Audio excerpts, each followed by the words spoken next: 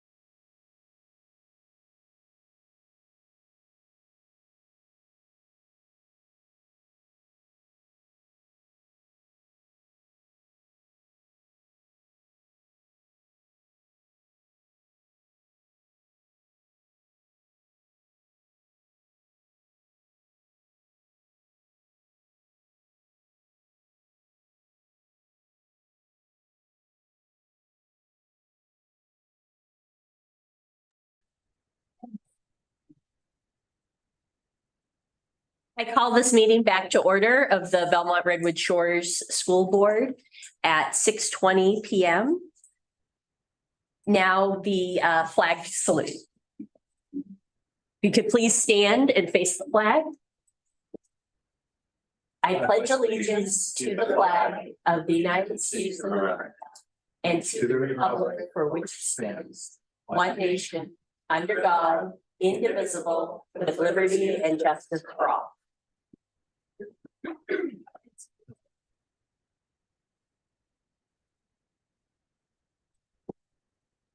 Item number 6, we do not have, this meeting is being recorded and we do not have anything to report from a closed session. Item number 7 is approval of the agenda and consent agenda. One slight adjustment. There was a typo in the board minutes. We forgot an R in one of the words, I think it was. So that will be corrected. Thank you. Does that mean you pronounce it like Arnold Schwarzenegger versus Daniel? That's right. Yes. Great. Can I get a motion to approve the agenda and consent agenda? Move to approve the agenda and consent agenda. Second. Thank you, Trustee Bruno. Thank you, Trustee Howard. All in favor, please say aye. Aye. Aye. Any opposed? Okay, passes unanimous. Item number 8, speakers wishing to address the board. To submit a question or comment, please complete the speaker card by the start of the open session at 6:15 p.m. During the meeting, speakers will be called upon to make their comment. If you are interested in making public comment, you may see Ms. Ellinger for a card.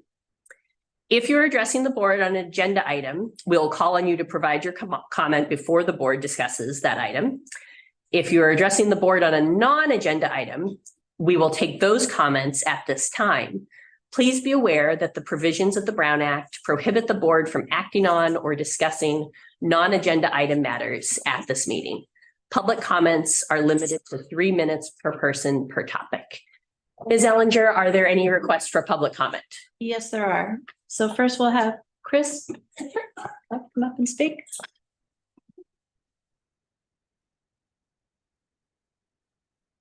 I recognize one of you, but I don't think I've met the others before. I'll start by saying I've been a big fan of PRSSD. My daughter went here for all of elementary school and middle school, and now she's off getting straight A's at Carmont and is really happy and couldn't wait to go back to school during COVID. As soon as it was better. My son's experience has been a little different. He's got a lot of special needs, including autism, ADHD, sensory processing disorder, auditory processing disorder, and hyperacusis. And he's been in 3 different schools in the district and has struggled in each setting. So we've been working through the IEP process, and right now we're trying to get an IEE done for him, which the board had approved one a couple months ago, but that assessor fell through. We managed to find another one. That one fell through. By the time it falls through, it's our understanding that the board has to reapprove it at a board meeting, which then adds another up to 4 weeks of delay. At this point in the school year, all the assessors are booked up until the end of the calendar year. So, we started this process last September. So it's going to be like, something like 15 months to get an IEE started since we requested. But we are finding some that have cancellations, but when there's a cancellation, we basically have a very short time window where we have to get that approved. And so I want to know if there's a way that we can, expedite an approval, or if it's not required to get approval at the board meeting, if it stays within the same cost structure as the previously approved ones. So that's my first question or request. I'm happy to get a response from that offline after the meeting. The other is I wanted to inquire about the NPS process. We've also, based on our experience and based on his medical team's recommendations, believe that an NPS placement is appropriate for our son.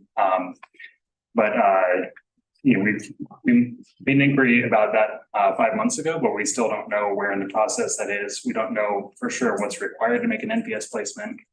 And so we basically, my son he's been on home hospital instruction now for 5 months. He hasn't been in the classroom at all this year because the medical team has recommended not sending him into a general ed setting. So we're struggling to educate them at home. And, we really believe that there's an NPS school out there that would be good for them. So I just would like more information on what the process is for getting that approved. Great. I'd be happy to reach out to you if you can Yeah. just leave your contact with Ms. Salinger. I'll get back to you. Thanks. Thank you. Thank you.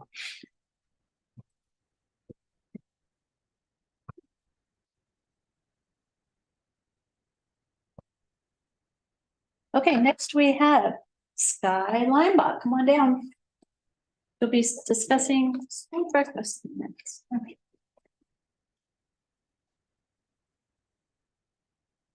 Since I don't really go to a high school that is within your, I guess, jurisdiction or whatever, I'm gonna be talking about Ralston breakfast. And I think that Ralston breakfast was pretty good. I mean, the food was pretty good and it was just a generally fun time. And I think that it's important to have that time before school for students who don't have enough time at home to prepare breakfast or don't have the means to prepare breakfast, and having that as a free option for students at school where they can get that easily before classes to get the nutrients that they might want or need. I think that that's really good, and maybe we could work with some more cooking or hot breakfast, because I know that when I was in Ralston, it was mainly muffins and cereal. But I think that maybe hot breakfast would be an interesting try since we had hot lunches as well. But I think that overall the breakfasts were really good and it should keep going like that. Thank you. Thank you. Thank you. Sky. And next we have Julia Hart.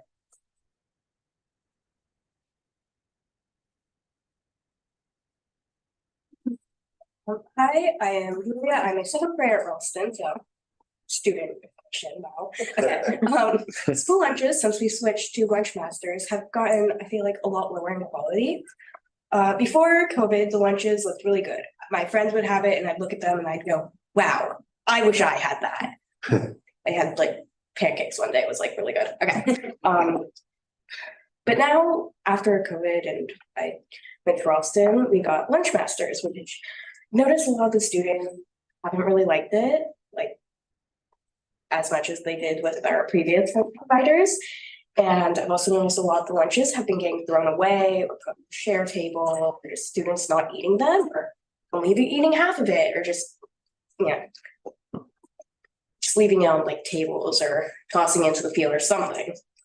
But I feel like if we got a different lunch provider that students that would actually enjoy, I feel like students would be getting the lunch and nutrients they needed, and they would actually enjoy eating lunch. Thank you for listening. Thank you. Thank you. And finally, we have James Hart. Yeah, I know.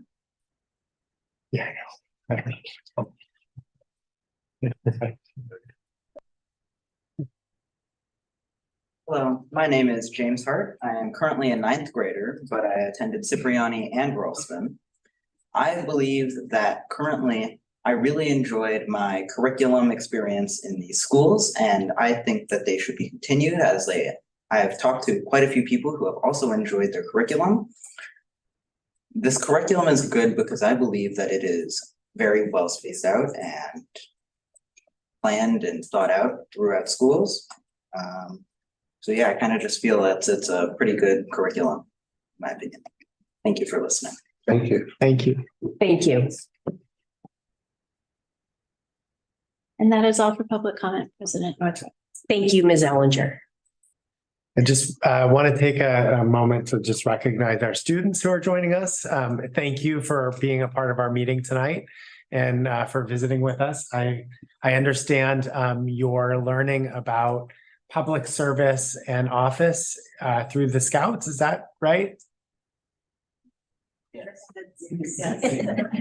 Fantastic. So I appreciate you guys being here. And if ever you have questions or need support, please reach out. Thank you. Thank you. Next item is the Board of Trustees report. Just to mention, as I mentioned at the beginning of the public comment, unfortunately, we cannot respond to anything that's said in public comment that's not on the agenda item, but staff members can follow up with people afterwards. So Board of Trustees report. Anyone want to go first? I'll volunteer. Trustee Linebaugh. Thank you, President Northrup. Yeah, first of all, I want to thank the Scouts from Troop 27 Belmont for coming and join us. I know you're working on your citizenship in the community merit badge. And by coming to a public meeting, seeing how local government operates and seeing firsthand and experiencing how the public has a voice in that, I'm very happy to see you all here and learning how to be good citizens. So thank you for joining.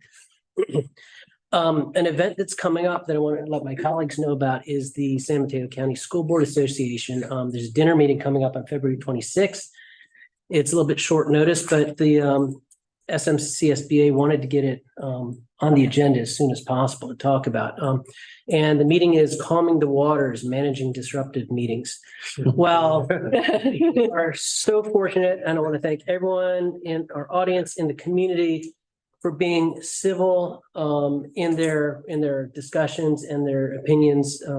We thank you and everyone watching as well. However, within San Mateo County, some of the meetings have not gone so well. There've been some very disruptive meetings. And this dinner meeting, there's going to be a couple of speakers there. Alana Mendelbaum, who we've worked with, who was with the county council, and Shawnee Stevenson, who is a trustee from Sequoia Union High School District. They're going to talk about, better ways to manage disruptive meetings if, heaven forbid anything should happen here. But I think it would be a good meeting for everyone to go to. And it's a great networking opportunity to talk to other board members and hear how they're doing in their districts around the county. Some of the things that I did over the past few weeks since our last meeting that I wanted to highlight. I went to Nesbitt School. They had their innovators. Small entrepreneurs, yes. So I went to that. I got invited to that by the PTA, and I went there. I was thrilled to see how innovative all the kids were. It's not a place to go if you're on a diet. Plenty of sweets there. But they also had a lot of handcrafted things as well. I tried to do most of it, like a bracelet and some other things that were nice. And actually, a published book. One of the children actually wrote a book. They put it through the printer and bound it and everything and colored it by hand. But a lot of work, a lot of crafts were done. And I could see the kids, they're counting their money and they're saying, wow, it's, we can earn money by making things. So and doing it by themselves and running their own business. I think it's a great experience for the kids. A little bit of extra things outside the classroom get going. So I'm sure we'll hear more about it, but not trying to steal your thunder, but it was a great event and good to see the kids very active. Some other things that happened since then. I want to thank Superintendent DeGuara. He took a few of us in different stages around the entire district to every facility. And it was in anticipation of our bond measure coming out, our facilities master plan.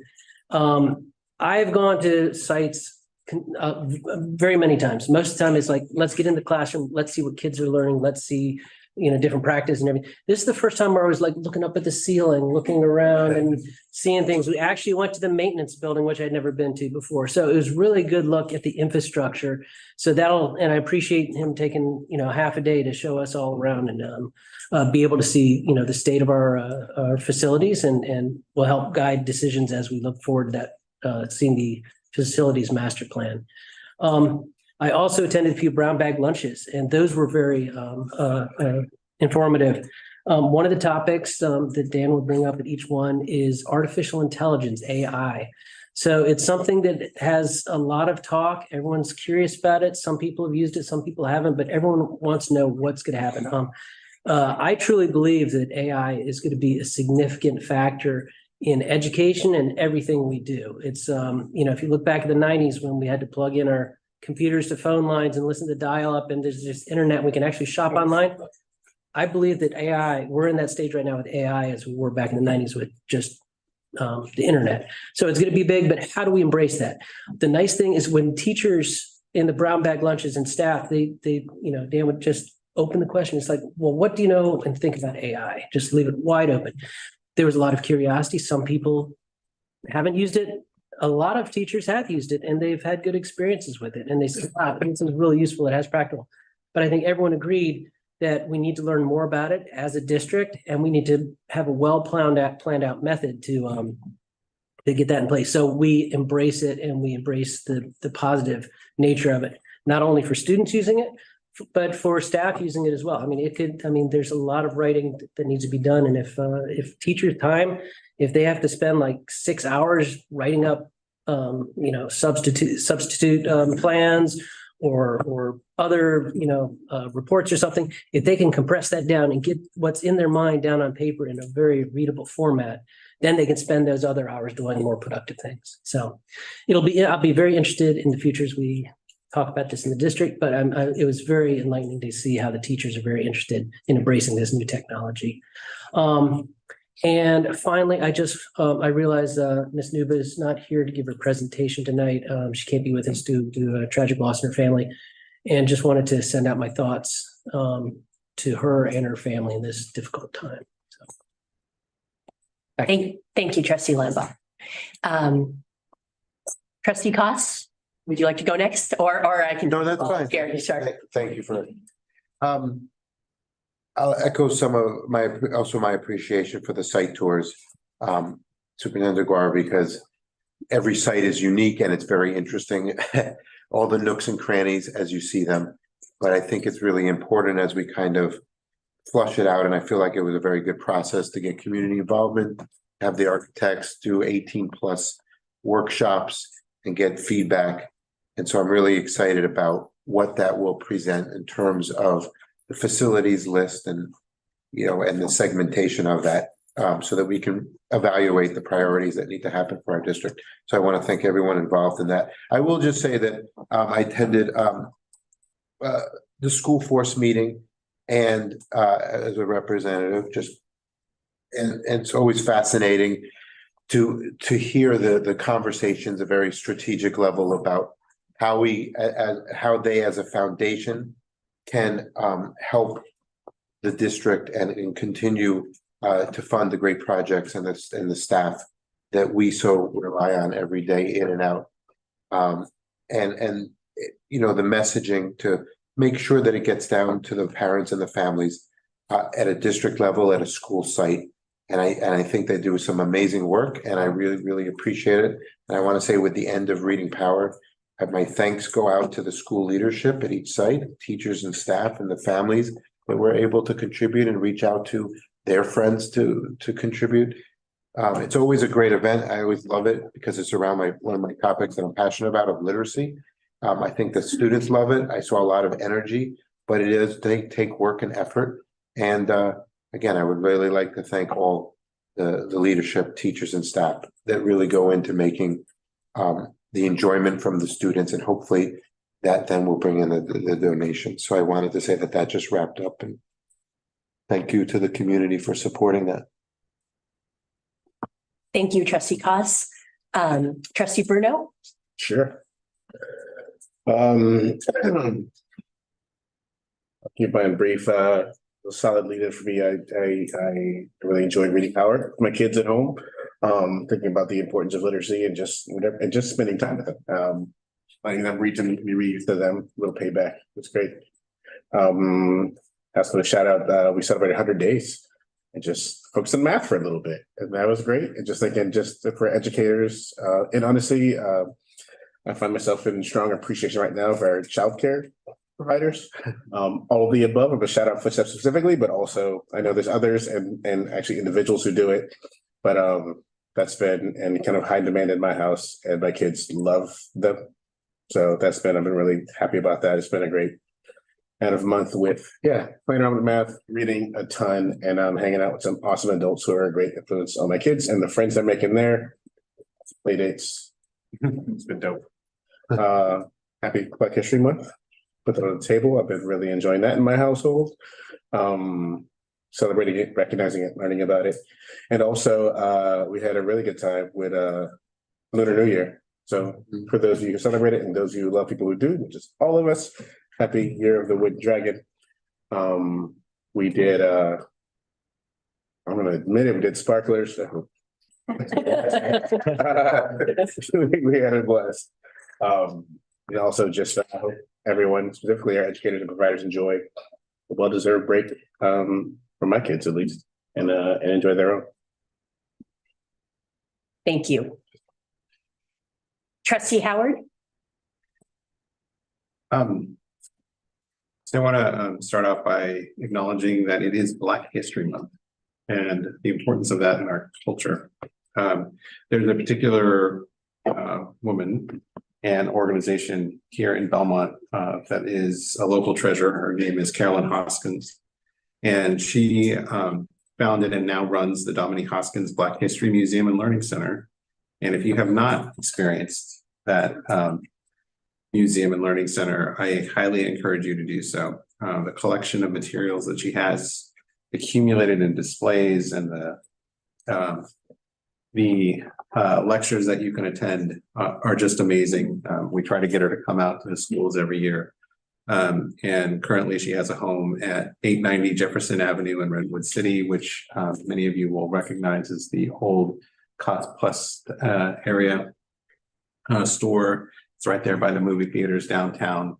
And it's really just a joy. And if you are looking for something to do next week during your winter break, I highly suggest going. And Carolyn, if you can meet her, she's just awesome. The other thing I was going to say is that it's respiratory virus season. So please, if you haven't, get your flu shot, get your COVID shot, get your RSV shot if you're eligible, and wash your hands often.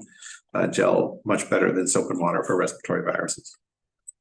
I also want to express gratitude to the donors to School Force. Without you, we are unable to fund our schools at the level that they deserve. The realities of our state is that we underfund our schools, and with School Force, we're able to create over $400,000 in funding for each of our school sites annually, and that goes a long way. If you haven't yet to donate, remember that donations for many of us are tax deductible. They're also, for many of us, matchable. So please consider donating if you have not. Even if you're donating a portion of the ask, it makes a major difference in what we're able to do for our kids, and they deserve it. I also want to thank the folks that have been working on our calendar. You have probably seen that we have released the draft calendar, and it's a big deal to go through that and negotiate all that. When we start, when we end, we have our breaks, when we have our professional development days. There's a lot of working pieces that go into that whole thing. I think it's very important that we try to do our best to align with our high school districts. When we don't, it puts an incredible amount of strain on our low income families, missed work days, the need to hire childcare that we don't, that not everyone can necessarily afford or obtain. That I think that I really appreciate all the work that's gone into it, but as we move forward, I'd like people to consider that particular aspect. And with that, I'll hand it off to Northrop. Thank you, Trustee Howard. Just to echo my colleagues, I was able to attend a lot of the same events, like the Nesbitt Entrepreneurial Fair, which was a great event. Appreciated doing a site tour with Superintendent DeGuara and brown bags at different schools. Again, also happy Black History Month, and echo Trustee Howard's suggestion for going to the Dominique Hoskins Black History Museum if you have a chance to. So just two things that I did also that I wanted to highlight was that PTA for San Mateo County had a luncheon for PTA leaders and superintendents. And Superintendent DeGuara attended as well. And they basically invited PTA council president and other PTA presidents, as well as the school board president. So I got an invitation to it. But it was great to hear from Superintendent DeGuara and the other superintendents throughout the county about things they're working on, and see what we have in common. And then the other thing would be the Arts Committee, led by Assistant Superintendent Hu, which has been great. We've had at least one meeting of that. And so that's been a great experience, working with community members and staff to think about how we could best utilize funding for arts education that was approved by the voters last year as part of or 2 years ago, that's fine. Approved by the voters as part of a proposition for additional funding for arts education. And that's it. For superintendent's report, I'll keep it brief. Just one point of clarification, our instructional calendar that we did put out is a draft that is subject to negotiations, but we wanted to give our families a little glimpse into the thinking subject to negotiations. I want to echo colleagues here, the Dominique Hoskins Black History Museum and Teaching Center. It will be the topic of my superintendent's outreach tomorrow. I will include links, video, and information. They have quite a few programs throughout the month of February, but specifically over the February break. So I really encourage people to go take a look. It's incredible, the collection that she's been able to acquire. So that will go out tomorrow. Great. Thank you, Superintendent DeGuara.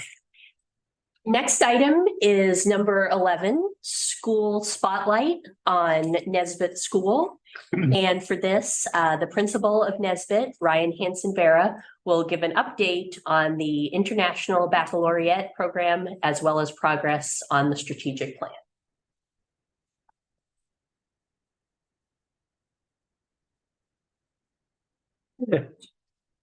Hi, everybody. I am Ryan Hanson-Vera. I'm the proud principal of Nesbitt.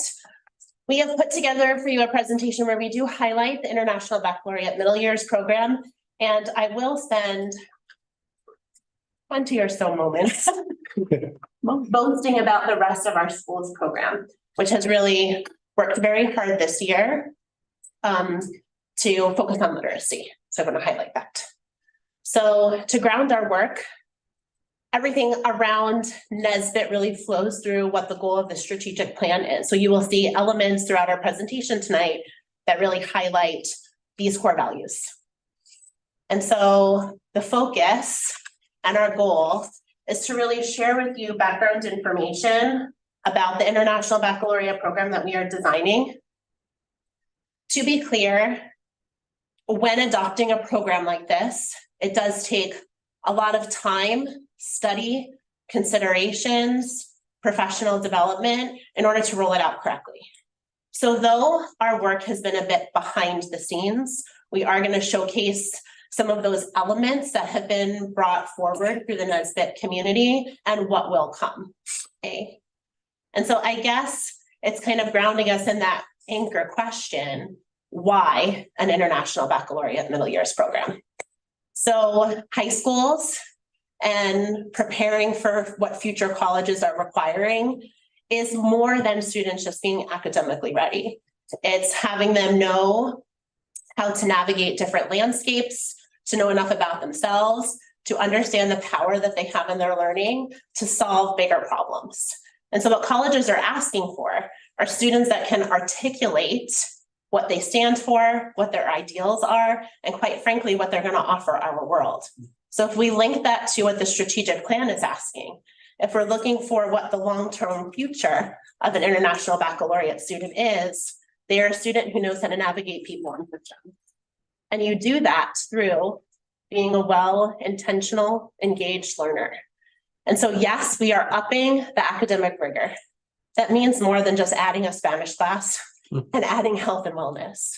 We're teaching students that it is the power in the learning that they can acquire and what they're going to go out and do with that. And they do that with agency. So we talk about that word metacognition, understanding how you learn and understanding how those around you receive information. And that then connects to the idea of community engagement. So in an international baccalaureate, students build connections by working together. And to do that well, you need to be mindful. And that leads us to the belonging and inclusion that our district is saying students need to leave here with. And you do that through global perspectives and a social justice lens. And that's everything that's happening behind the scenes in designing our new curriculum. This is all linked to an IB learner profile. I'm really fortunate to be also sitting on a district committee where I'm helping inform what will be our BRSSD's learner profile. And there's lots of alignment there, which is going to be a great asset and a great tool. So the learner profile is a set of 10 traits and attributes that need to show up across all the content areas. So it's really those skill building attributes that we want students to have. It's not just our students that need to meet the learner profile, but it's also the educators that are helping move that work. So the IB also creates leadership opportunity for our educators. And so one person that is going to share with you a lot of information, a lot of the nuts and bolts that takes to putting a program in place is Cass DeWood. Cass is our science specialist. She teaches science to all 6th through 8th graders. And she's also our International Baccalaureate Middle Years Program Coordinator, which is a leadership position that is required by IB to meet this model. So I introduce Cass to you, who's going to share a lot of information in a nice, timely manner. Thank you. I'm very honored to have this opportunity to talk about our International Baccalaureate program and our current candidacy. So as part of an IB school. Yeah, Yep. quicker. Thanks. As part of an IB school, we have a commitment to nurturing well-rounded students who are not only proficient in their academic, but also equipped with essential skills, attitudes, and attributes necessary to meet our needs of our 21st century. So here, our first graphic is a framework of the approaches to learning for IB. So IB approaches to learning encompass a range of skills that foster collaboration, research, critical thinking, communication, and self-management. We all aim to develop students' abilities to engage with complex challenges. One of the key tenets of IB approaches to learning is inquiry-based learning. Very key word in today's education. Students are encouraged to inquire into topics, concepts, and issues in all subject areas. This approach allows them to explore content in depth, ask meaningful questions, and seek answers through both research and investigation. This year, you will see changes in all of our content areas. We are asking our students to engage in inquiry in order to develop a deeper understanding of content and its real-world applications. So for example, in an individuals and societies class, also formerly called history, an example project might exemplify inquiry-based learning as studying Egyptian history. So for example, they might create an investigation about the construction of pyramids. They might begin by examining primary sources, such as hieroglyphics and archaeological findings, then accounts of pyramid construction.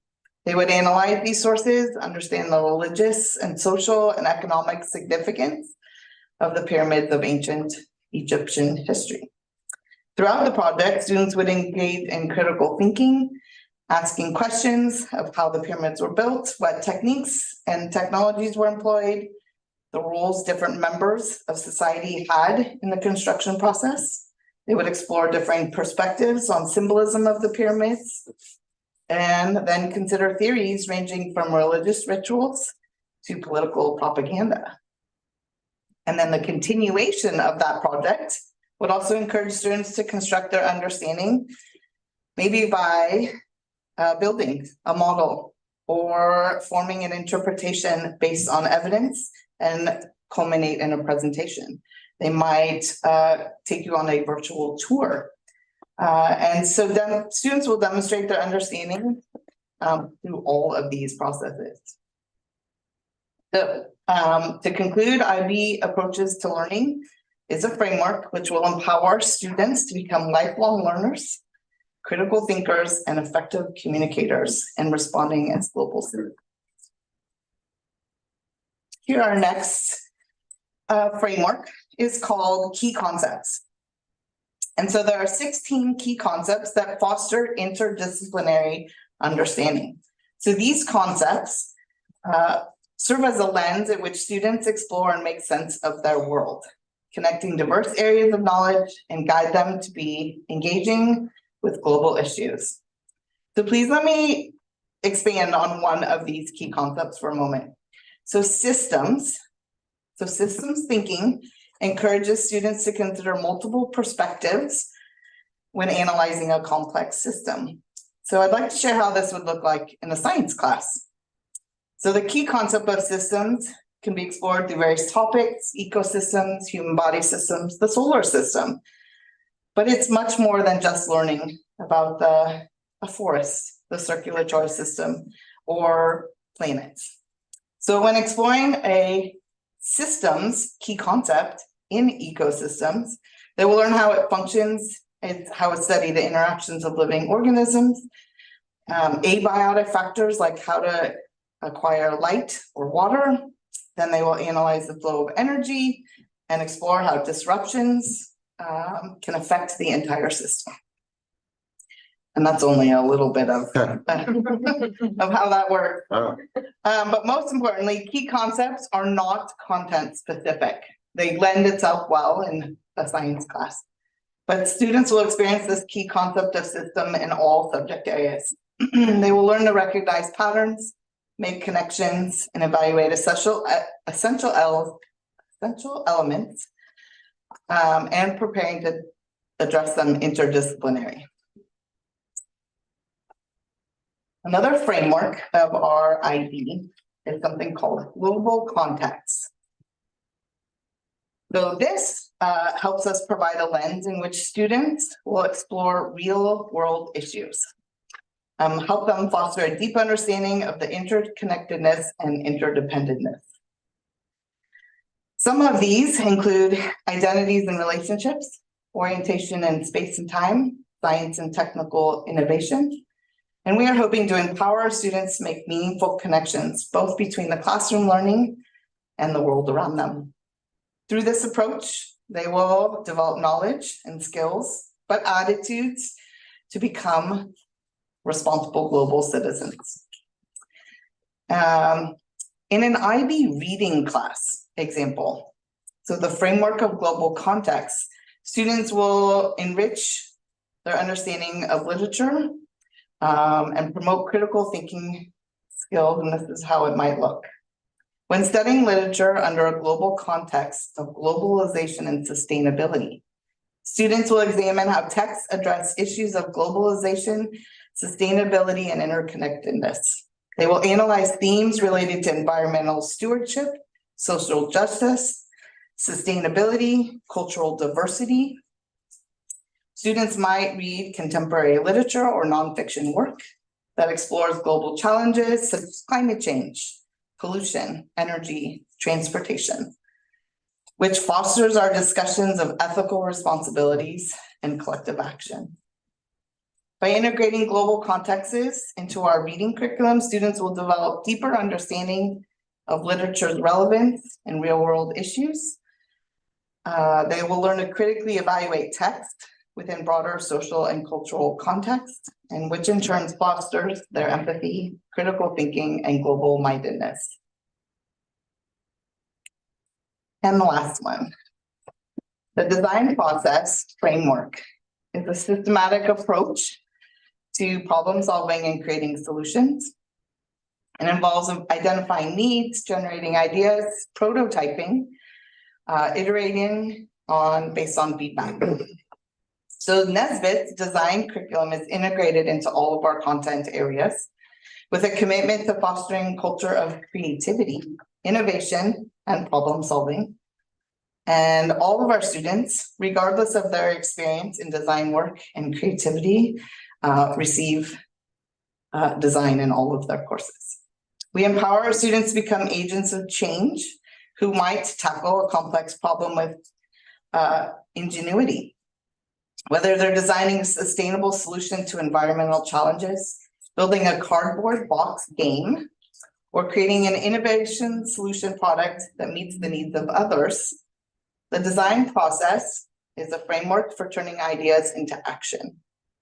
And this is a great opportunity for our students to showcase their design work. And this is an actively growing process and standard practice at Nesbitt. Most important of the design process is that we are focusing on students' abilities to identify real-world problems, develop innovative solutions, and critically evaluate their own work and designs while considering social and environmental implications. So it's a process that's building thoughtful and effective problem solvers.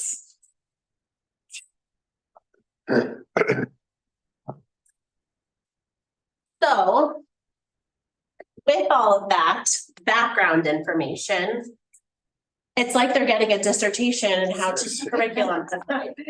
And I will say that how Cass is able to articulate all those pieces is how every educator that has joined our team in developing the IB has had a say in understanding all of those pieces so they can design the projects.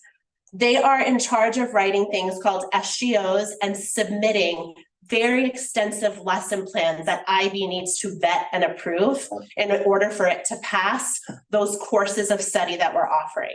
So children in our International Baccalaureate MYP take 2 courses of language and literature, AKA reading and writing, individuals and societies, mathematics, science, language acquisition, which is a content-specific Spanish course, where at the end, building 6th, 7th, and 8th grade, they will leave us having acquired a foreign language, an elective and physical education, which incorporates health, mindfulness, social emotional learning, and physical play. That is right. It also has meant that we need to get really creative with how we design a schedule. So do you want to speak to that? Sure. So to meet our diverse needs of our students, we have created a very innovative calendar here. So we have, what she also is, we have design and art also as courses of study.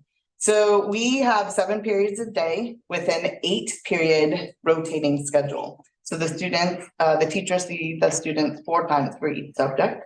And this also gives us the flexibility to incorporate art, 50 hours of art and 50 hours of design in each of the content areas above and beyond our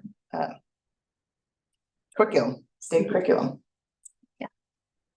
A bit of how this actually looks now is probably what you're hoping to kind of piece together. So what you see pictured there is our language acquisition class, our Spanish class. And woven into the Spanish curriculum is fine arts, performing arts, and design.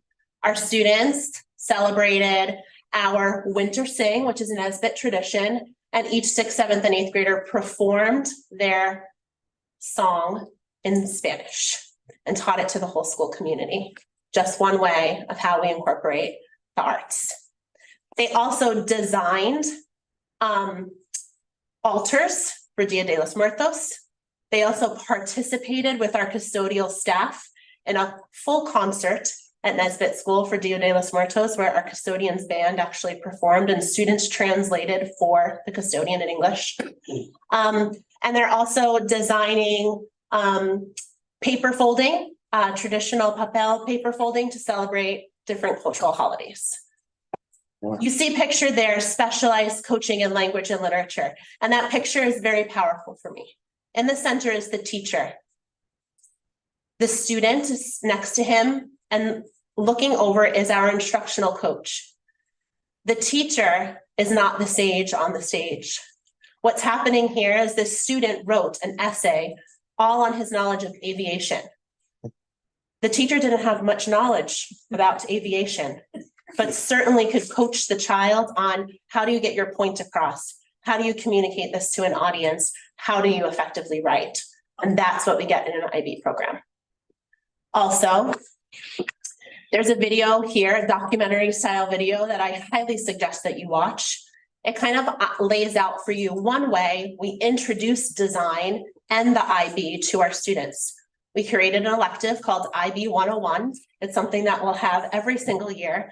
Really, this year was a way for our teachers to practice all of this studying they've done. How do you break this down and translate it for children? And what they did was they brought them through the design process where just with a cardboard box, how can you design a carnival for other students? They interviewed, part of the design process is empathy. You need to interview a product for someone else. What they might like? What are their desires? What are they seeking? They interviewed primary students, first, second, third graders, took their feedback and designed games that those kids wanted to see. And so then they hosted a carnival and it was the greatest. We would love to show that, but I'm tight on time. And then lastly, that solutionary piece. Part of our reading and writing work at Nesbitt is there's a unit that was on climate change, but kids never got past the informational essay. But what they did this year was they really focused on solutions to tackle climate change as middle schoolers and presented that work to fourth graders, who we hope will then follow through and be International Baccalaureate MYP students. This may automatically play, so there we go. I'll let Cass celebrate something with you. Coming back in the beginning of March, we are planning our authorization and verification visit. So we will be working with our coordinator who does a pre-visit, a 2-day pre-visit, where she will go through all of our paperwork. But she will observe classes, talk with teachers. She will also be talking with a district stakeholders group, a parents group, a students group, everyone from reading specialists to the librarian, and looking at our facilities to help us do our finishing touches. And we hope that our verification will come early fall. High five me. Oh, yeah. This is a big deal of the work becoming real. No, just bear with me. Because it's also really important that you see the cross connections that we've made across our campus. We're not just a middle school, we are a K-8 pipeline, and that's the goal. And literacy is at the core of that work. And something that we've really focused on as an instructor said, oh, don't worry, there's shameless plugs. Something that's really important to us is focusing on literacy. I think recently we've called these, the reading wars between balanced literacy and the science of reading. At Nesbitt, we address this as a weaving together of what is known as the carpenter and the gardener. And that's what our educators are at Nesbitt School. So we have to weave very tightly together foundational skills in phonics, phonemic awareness, foundational reading, so that students can read for power. And that's what our goal is at Nesbitt, because really we want them in solutionary work. And so we've brought this theme that we've learned through our IB work to our primary program. And one example I'd like to share is how fourth grade has tackled this work. We've tasked our teachers this year, every single one of them, to pick a unit of study in either reading or writing and completely reinvent it. And fourth grade decided to pick their environmental unit. And students researched all different kinds of environmental issues. They wrote their informational essays and gathered all of their content, but then we asked them to reinvent that to make that matter. They presented their solutionary work at a public exhibition where they invited middle school students to come and hear what they had to say. And then we took that further. We took them to Recology, where they then needed to kind of present to experts in the field. And you can see them there in their hard hats and their jackets with their posters, presenting what they felt they could do to make our environment better. And then these fourth graders are now leading full-blown composting at Nesbitt School every single upper grade lunch. Mr. DeGuara has talked to me about this because he has been curious about why there are so many young children in the dumpster. And this is the power of solutionary work, and this is the type of literacy work that is necessary to grow Nesbitt School, because this is our why. We are a very unique profile at Nesbitt School. We prioritize our literacy why because of our demographical breakdown. We are a Title I school. We are a multilingual campus. We are a safe and nurturing place because our families need us. They have extenuating needs. But most of all, they need us to be all the things. They need us to be academically strong. They need us to provide them with strong services, and we need to get creative with those interventions. And this is why. This is why we've picked an MYP. This is why we're focusing on our literacy work. Our demographics matter, and it will be very important in addressing these to seek the longevity of our school. Mrs. Spicker has just a few highlights for you. Our amazing assistant principal will share about culture and climate. Thanks, Ryan. So I better put my glasses on or I'm not going to be able to tell. That's okay, it'll help you read faster. Right. On it, I know, sorry, Dan.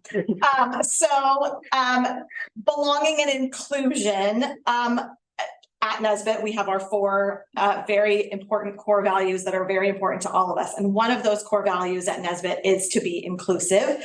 We talk to our kids at morning gathering all the time about honoring and cherishing others and making sure that our words and our actions make others feel like they belong. And in looking at our data, we're actually doing a really good job of that. And we're proud of all of that work. But we also know that despite that fact, we have a significant number of students with social emotional needs, students who need help with self-regulation daily and multiple times within the day, and other students that are coming to school with lots of trauma. And the data has showed us that the unstructured time in the day, like recess and lunchtime, are when these challenges often manifest and show up most regularly. And so addressing these needs was and still is very important. And a really big priority for us. And one way that we decided to address that this year was by contracting with Playworks on a recess reboot. Coach Matt, who you see in this picture, spent 4 days at Nesbitt earlier this year working with the adults and the kids on restructuring playtime and making tweaks to our existing systems to create a more welcoming and inclusive environment during these unstructured times. He even trained 12 students in 4th and 5th grade, all pictured here, as our junior coaches. And now these students help with continuing the implementation of our work together. As a result, we've been pleasantly surprised and seen a decrease in office visits and recess issues since we began the work. And we're really hoping to continue our partnership with Playworks going into next year. So when it comes to community engagement, again, the data continues to show us that we're being really successful at engaging our community. And we know that at Nesbitt, we have a very diverse population of students who come to us with a multitude of needs. And we celebrate that, we embrace it. The Nesbitt staff does a fantastic job of supporting our kids and families every day. The entire Nesbitt team is really committed to continuing the work of implementing district initiatives such as PBIS.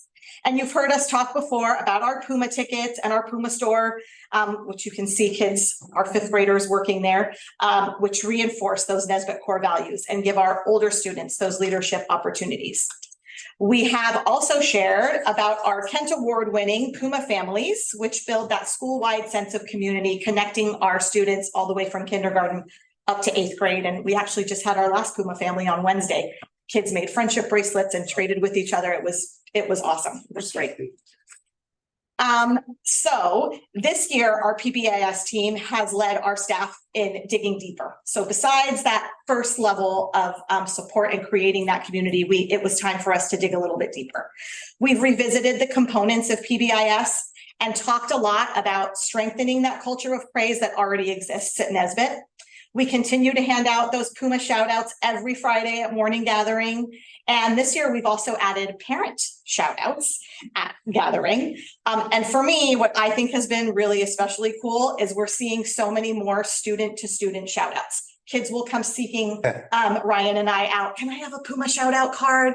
And they come back and it's filled out and they ask us to read it on Friday to one of their friends or one of their teachers. And so they're shouting each other out as well now, which is fantastic. And we've also discussed some new challenges that have emerged and that teachers and staff are facing every day. Things such as students who need those, who face those significant mental health issues and need that support. We've talked about the increase in chronic absenteeism that we've seen and more and more school refusal, more than we've seen ever. Our staff has really worked together to revise our behavior matrix to be able to address these extreme cases. And they deserve so much praise and acknowledgement for how hard they're working every day to support our kids and families. And for doing so much good with the resources that we have available to us right now. I know Ryan and I feel really fortunate to work with such a dedicated group of teachers and support staff every day. We are very lucky for that. And that leads us really to thinking about Nesbitt's long-term future. We have a new middle school international baccalaureate program, like you've heard, and an inclusive K-5 program with literacy at its core. But what's next? So I will hand it back to Ryan to wrap it up.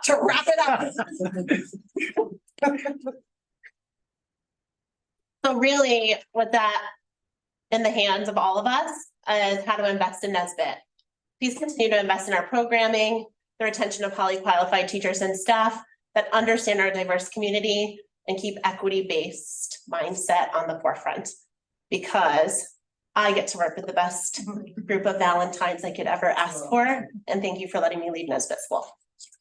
Go Pumas. Thank you. Thank you, Ms. Hanson-Vera. Thank you very much. We may have some questions from the board members. Thank you. Trustee Cost, would you like to start? Oh, okay. I wish I was a student in middle school again. That's awesome. And I really, really appreciate, Cass, you going into some detail about how those different modules interact, because it is sometimes hard to imagine and weave in. I just had a question around, well, a couple of questions with the IB program, with the transition, with the 7th and 8th graders. Are you seeing like a recipe? So they were in a different kind of curriculum focus last year as 6th graders. So, and some maybe even new to the middle school program. So are you noticing like, how is the engagement or how's the risk? I can't say that word. Reciprocity. Not reciprocity, reciprocity. Yes, no, not reciprocity. Are they receiving it well? That's what I wanted to say. I just couldn't say the word. Yeah. I'll let Cass address that a little bit. Yeah. Yes, the answers. So I think some of the things that we are doing firsthand, right, where it's a growing practice for us as well, but things like our carnival or their design practice in the arts, and really digging like the history example of what it looks like in a content area where if you're not reading, you're writing a question, take a quiz. They're authentic assessments. They're being assessed. They get feedback, they get a chance to improve their work because they received extensive feedback in the process. It's just not like you turn in your project, this is your grade. Okay. You get to reiterate it and work on that project, and it's eye-opening for them to work the process through the design of our curriculum. These students, the 7th grade and 8th graders, were absorbed into the program. I think they're thriving. I think the opportunities for skills, for problem solving, with the addition of language acquisition and arts and design is beneficial to all students. And I think IB stands, you know, their catchphrase, it is for everyone. And even though we are increasing rigor and expectations of them, it is a process of growth. Yeah. Thank you. I love the interaction with the younger grades, because I think there's also like a leadership mentorship thing that the middle school kids, right? Not just those who selected like student government, but everybody should kind of, I think it's an invaluable skill.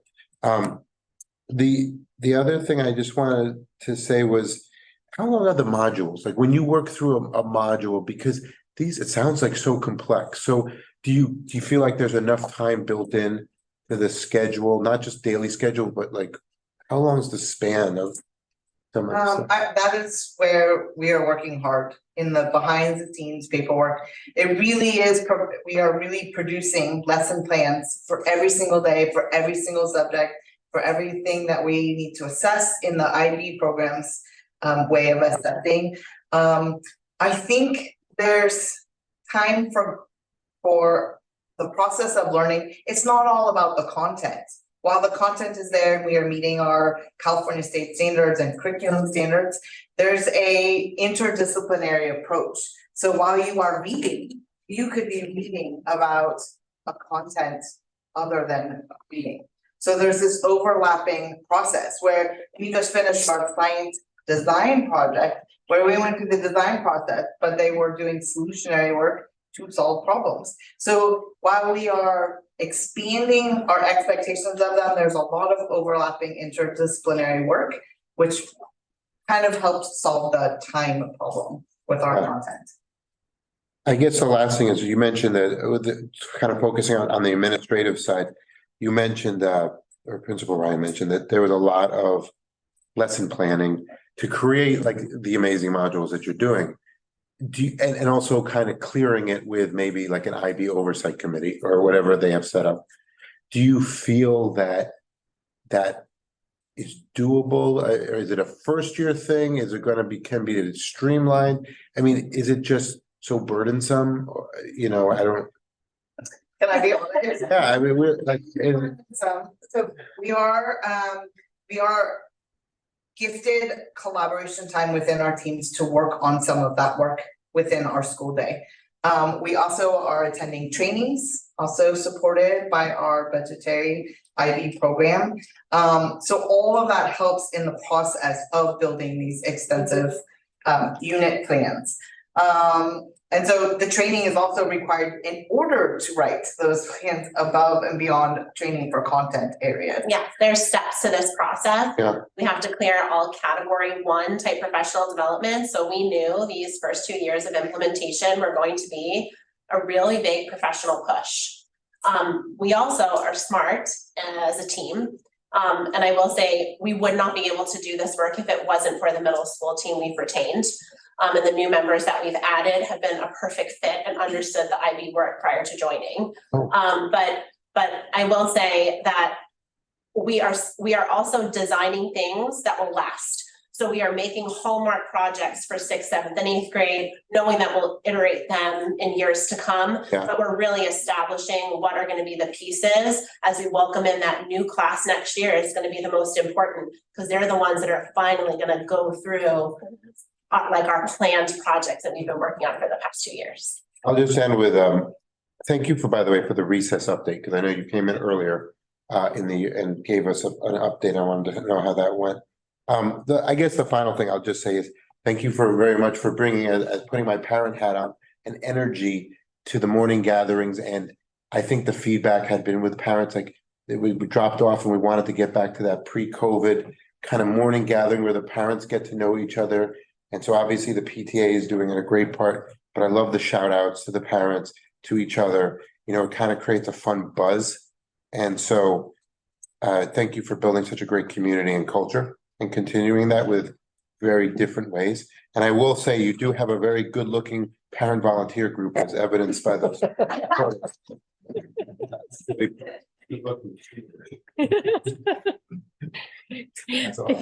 Thank you, Trustee Coss. Trustee Bruno? I have a ton of questions. I think I asked this last year when you presented, and you kind of answered it. when you talk about this like big push, and I think about like retention, like your teachers are okay, and they're whatever. Seems like you're asking a lot to do an impressive thing, and they're good doing it. Yeah.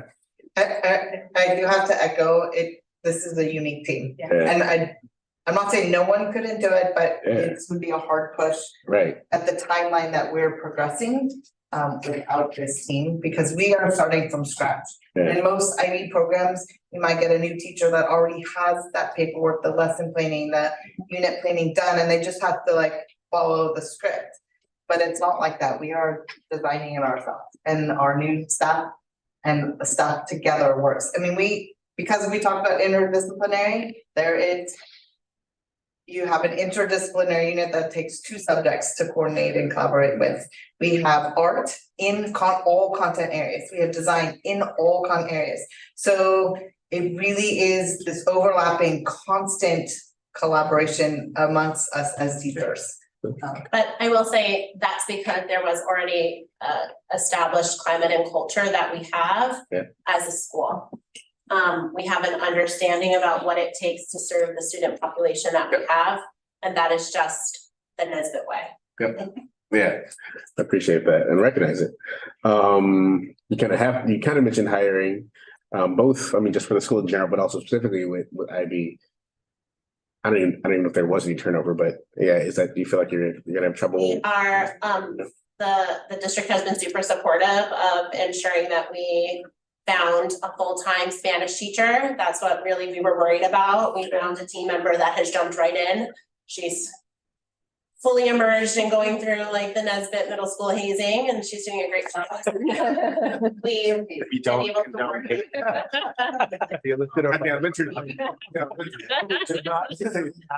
And we've been really able to work with Ching Pei regarding navigating the requirements that are needed for IB when it comes to physical education. It's a little bit more of a requirement, and there will still be continued staffing conversations that we'll need to have, but if we're going to invest in the longevity of this program, that's what's required. To be in an IB school is constantly evolving. Yeah. Thank you. The schedule you put up there. Hours of work. How do they remember that? Like, do the students actually know where they're going? Parents, how we talk to our parents about this is we tell them that we're not going to talk to them about it. Just know that the teachers will get your kids to the right place. Yeah. And it makes sense while you're in the environment. Yeah. And the front office is the best at this. Yeah. When kids come in, they're like, what day is it? And what do I have to rest? And the kids have adapted seamlessly. Yep. They often help me remember. Yep. Yeah. Okay. Yeah. I'm gonna echo David's ending in one. Just some regular looking adults. And there's one of your slides about how diverse students are. I really appreciate where my kids go to school. Both in the look, the languages, the socioeconomic diversity, the abilities, all the things you listed. I really like how I hear them talk about it, and maybe what I thought it would be and what it isn't. Like, I think it's not even, accepting is actually the wrong word. Like, it just kind of is, but they're really good about it. They're gentle where they need to be, hard where they need to be. But you sent me back 2 strong black girls, so I appreciate it every day. Thank you. Yeah.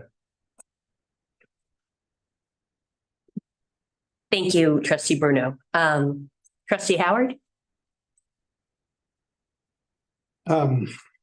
So thank you for the presentation. I think this is some of the most exciting work being done in our overall educational effort for this district. And really want to take a moment to laud what you guys have been doing. I always find this to be also one of the best kept secrets in the district. I think that it's always amazing to me how many people don't appreciate what you're doing, how you're doing it, and end results. I happen to have the privilege of having had one child pass through your middle school program or the IB program. And I've known many of the kids that have come through Nesbitt, and both from the elementary level and the middle school level. and the percentage of kids that go on to be leaders and really true standouts at Belmont in particular and other schools is really quite amazing. Two young women that I can think of that were essential in building their cheer program to a national championship cheer program. One who was the captain of the team year that happened, the older sister being the one that sort of led the way. Another child who was captain of the football team because of who he was as a character, great player, and also won scholarships for community service.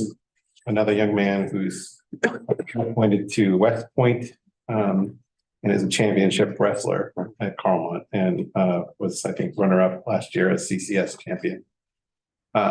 So those are the kids that I can rail off the top of my head. And it's just amazing to me, given the size of the site, the percentage of kids that go on to be great leaders and great people and excellent students. I do have some questions about the activities. I always think that when I'm watching you guys work, that the activities that you do internally are amazing. And I wonder sometimes how they could, the internal activities could be showcased. And I also wonder how they could align with external activities that might generate more awards for the kids' hard work. Kat, I know you've done a lot of work when it comes to science fair and things like that, but this sort of approach that you're taking sort of aligns well with those sort of showcasing events, and the kids deserve it. Anything that you guys envision along those lines when it comes to showcasing that sort of stuff? Yeah, I think this is something we're really thinking about, but one thing I can share is that there was the Belmont Poetry Contest for Black History Month, MLK Poetry Contest, and we had many middle schoolers highlighted this year. A few surprises in there too, kids that I wouldn't have thought would have submitted a poem that had really powerful things to say that will be honored tonight at Twin Pines. So we have kids that got up at morning gathering and shared a poem called Speak Up. It was pretty powerful. And we have kids that are highlighted in the Sam Trans calendar project winners. So yeah, the point with the International Baccalaureate is getting them connected to their community, and then your community also grows you beyond. So I think naturally we'll be better at community partnerships, and it's something we really need to consider weaving into the curriculum that we design. But yeah, we need to showcase our kids more and get them out there. Yeah, man, they're awesome.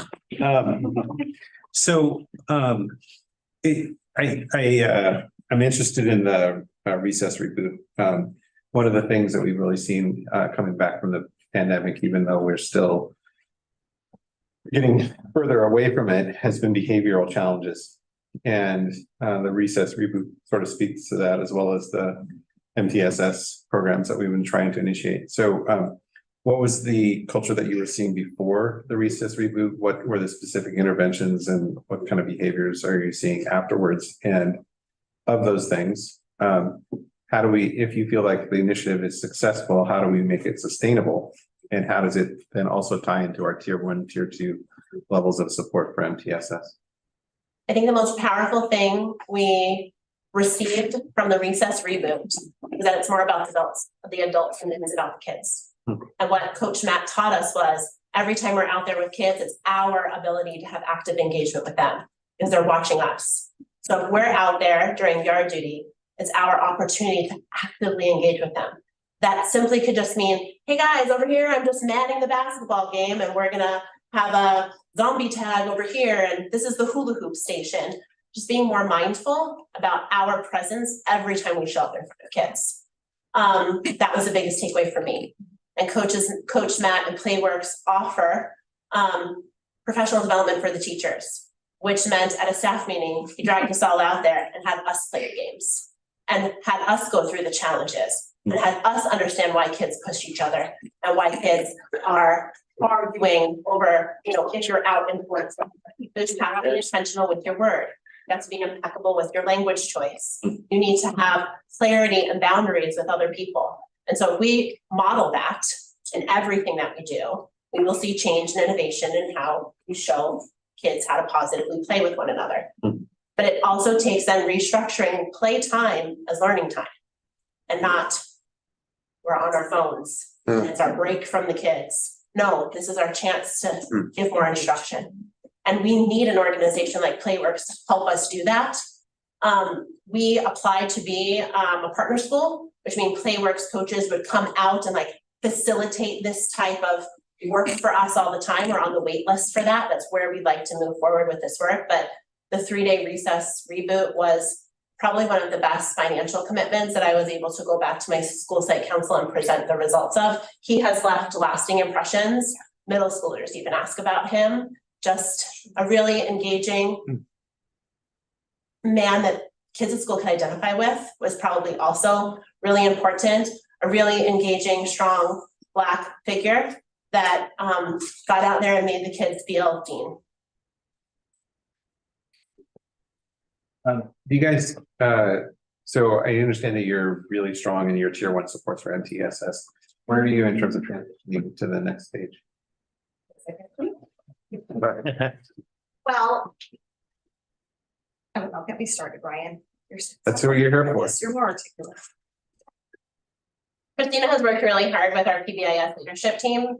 And to be honest, when PBIS and MTSS rolled out the district, Nesbitt, prior to me even joining, had a really open mindset about these things and being restorative. And they were really the pillars of taking on some restorative work.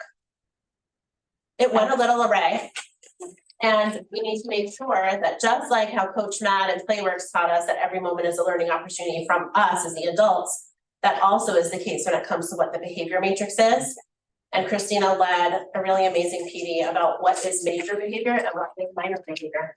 And sometimes major and minor is because we're biased as the adults on how we react to young children in the speed. And so we've had conversations about what that looks like and what our threshold is and how we teach through that behavior. And so that's kind of where we're at right now. I think that's where we are. And I think the other step that we're moving towards is being really cognizant of looking at that data to help us make the decisions about where and how we move next. So talking about those majors and minors, and then how often are we seeing them? When are we seeing them? How can we address that? And the whole staff has really worked well together and having open discussions about all of these kinds of things and sort of the back and forth until we can come to agreements together on how to move forward as a school.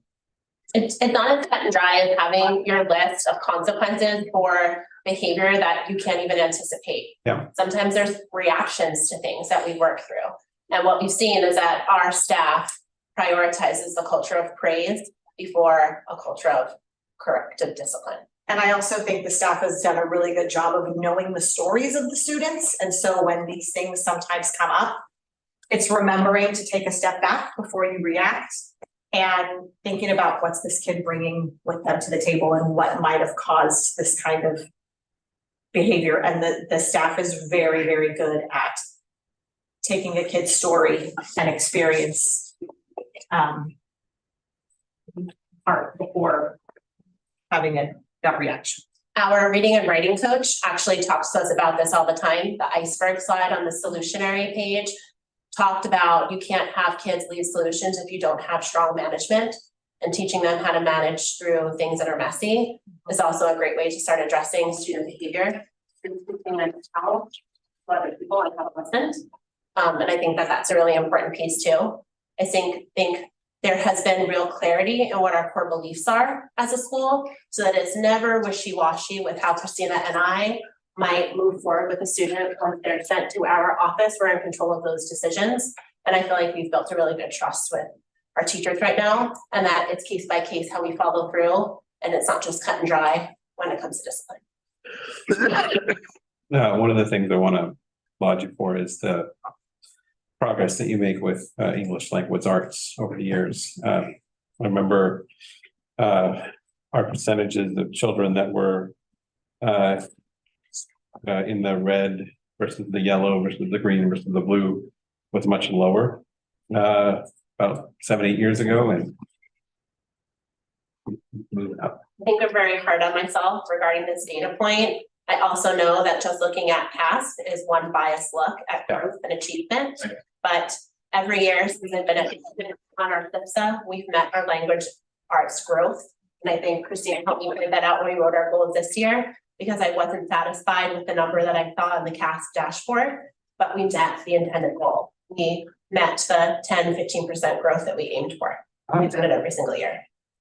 Is again amazing. I know you spoke to that some of the families at Nesbitt site have challenges, but what you were able to achieve in terms of the overall culture and leadership and the end product they're able to produce, and the ongoing growth of that site is just always blows me away.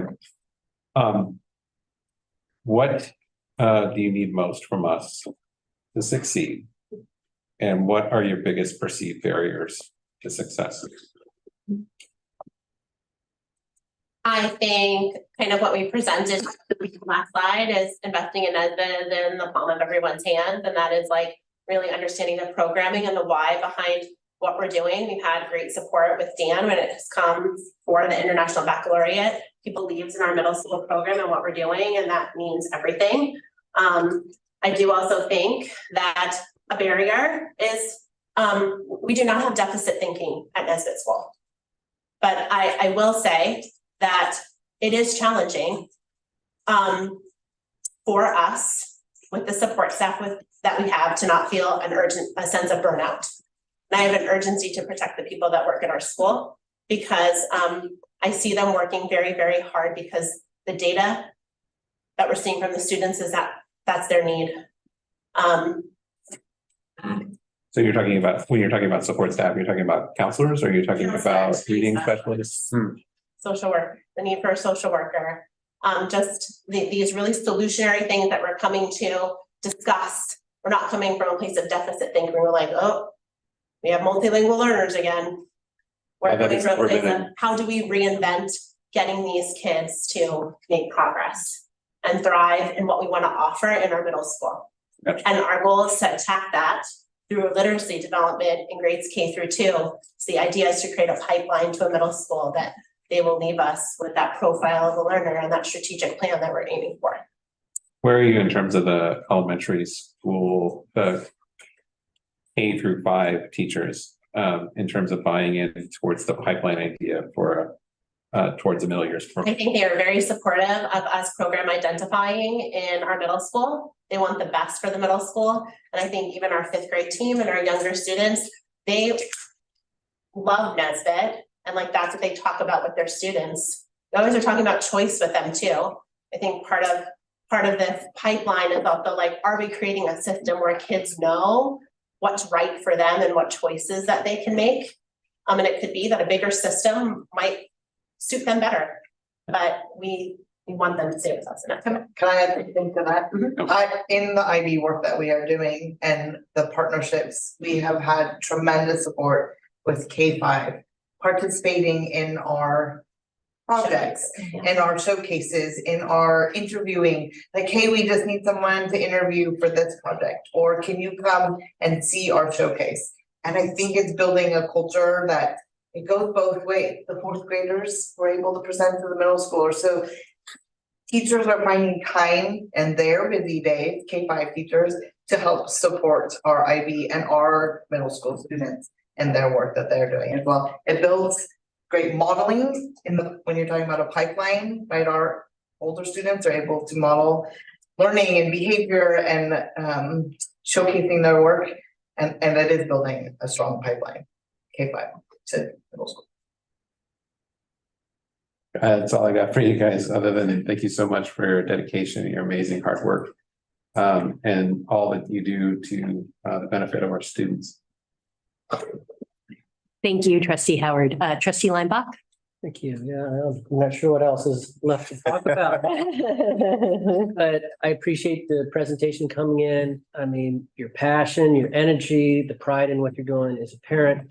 But as the leaders of the program, I expect that. But I've been on campus for the past year and a half, just when this was an idea and starting up, and even the staff there. I mean, people are resistant to change a lot, but that's not true in this case. When the teachers heard about this, they were excited, they were looking forward to doing. And I think that energy comes from the top down. So I appreciate you and, instilling that among your team to get this going. So congratulations on this. I know it's a couple weeks before the visit, but we're gonna, be celebrating with you. You when can that send your happens. slides. Yeah, that's right. Yeah.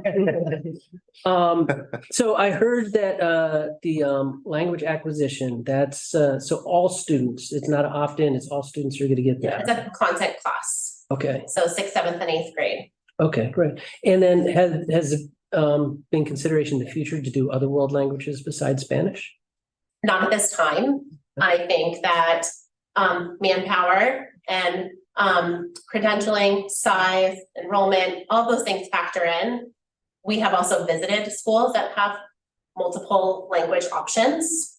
Many international baccalaureate schools offer multiple languages. One thing that we did observe that in my dreams we would aspire for is that you have language acquisition. We have chosen Spanish, but then that language acquisition teacher also teaches a content class fully in that foreign language. Wow. So they acquire the language so much so that then they can take math in that language. So that would be a goal, would be for some crossover. Excellent. Of course, most BRSSD eighth graders, they matriculate and go over to Paramount. Now, Sequoia High School, of course, is an IB high school. So I'm wondering if you can talk about the articulation process and what you've been talking to high school about kids actually continuing their IB progress at Sequoia. Definitely in the beginning stages, we are aware of Sequoia's program. I think we're hosting a visit in March, which is very exciting. Their leadership will be coming to our campus. Now you know, guys, to come and check in on us and get our teams together and talking. I think we get this question a lot from parents, will the IB program deter my child from being able to qualify for what Carmont would offer? And really our message is no, the IB program is for everyone, and these attributes are what we want kids to leave with so they can navigate any educational system. And I think that's more important to us than them progressing into a diploma program, which is what it's called when you go to high school. But if kids love this enough and loved this work, we want them to be very aware of the program they could matriculate into. I think we're in the beginning stages, and it's just going to get better as we grow and learn more. The word is out that you're doing the middle years IB program. One of my colleagues, trustee at Sequoia High School District, she's very interested in this, and she would like to come visit. If I've spoken to Dan about this, hopefully we can facilitate a visit so she can see the progress there and the success. But we'll wait until you get I know things are coming down, but sometime this spring would be nice. Let's see, I think the other questions were answered. So, and then the bell schedule, that's just the 6th through 8th grade, right? Mm-hmm. Okay, all right. Thank you so much for your presentation. Thank you. Yes, thank you. Thank you very much. My colleagues have asked many questions. You guys have done a wonderful job answering them, as you do, in showing up every day with everything you do. It's very impressive, both the IB work and the K through 5 work. Thank you for everything you do. And good luck on the March 7th and 8th. Thank you. If I could really quick, I do want to echo and call out the staff again. It was a little over 2 years ago, I think Ching Pei and I came out and I still remember the room, the environment. We're like, what does it look like to kind of reinvent what's happening in middle school in Nesbitt? How do we take it one step up? And there was some conversation, and I planted a seed, Ryan planted a seed, and it was like, what if, could IB be a nexus for the work that we want to do? And there was like, maybe we'll see. And the staff said, we're in for taking it to the next level. Let's go take a look. And they took that first step to go venture in, to see. And then they said, we're all in. And when I say all in, I mean all in, right? I will say the normal path through candidacy actually takes longer than Nesbitt's taken. They went all in, plus they doubled down. We've had staff going to the Midwest on a weekend, trying to get back in the middle of a snowstorm, I think, right? Canada. Yeah, they just got back from Canada, Vancouver. It's cheaper to fly to Vancouver than it is to Florida. So, right. That's the level of dedication, I think. When I was just connecting with the staff, actually, was that this week? I think it was this week, the brown bag. You guys know we go to brown bags and we kind of listen, and it's really oftentimes a lot of time just to hear staff out. And hear where their concerns are. And one of the middle school teachers was like, Dan, IB, it's hard. It's a lot of work. And I said, yep, it's hard. It's a lot of work. And there was just a smile, like, because they're doing the good work. That's hard. And in the end, that's really where the joyful practice comes. Going through, persevering through a challenge and ending up and seeing the fruits of your work. So you guys are doing a great job. Thank you, Cass. You're doing amazing work. I will say I popped in on one of their PD, and Cass was really pushing it, like thrilling one of the friendly, providing friendly feedback and pushing. And it was just really great to see. So keep it up. Thank you. Thank you. Thank you. Very much. Thank you.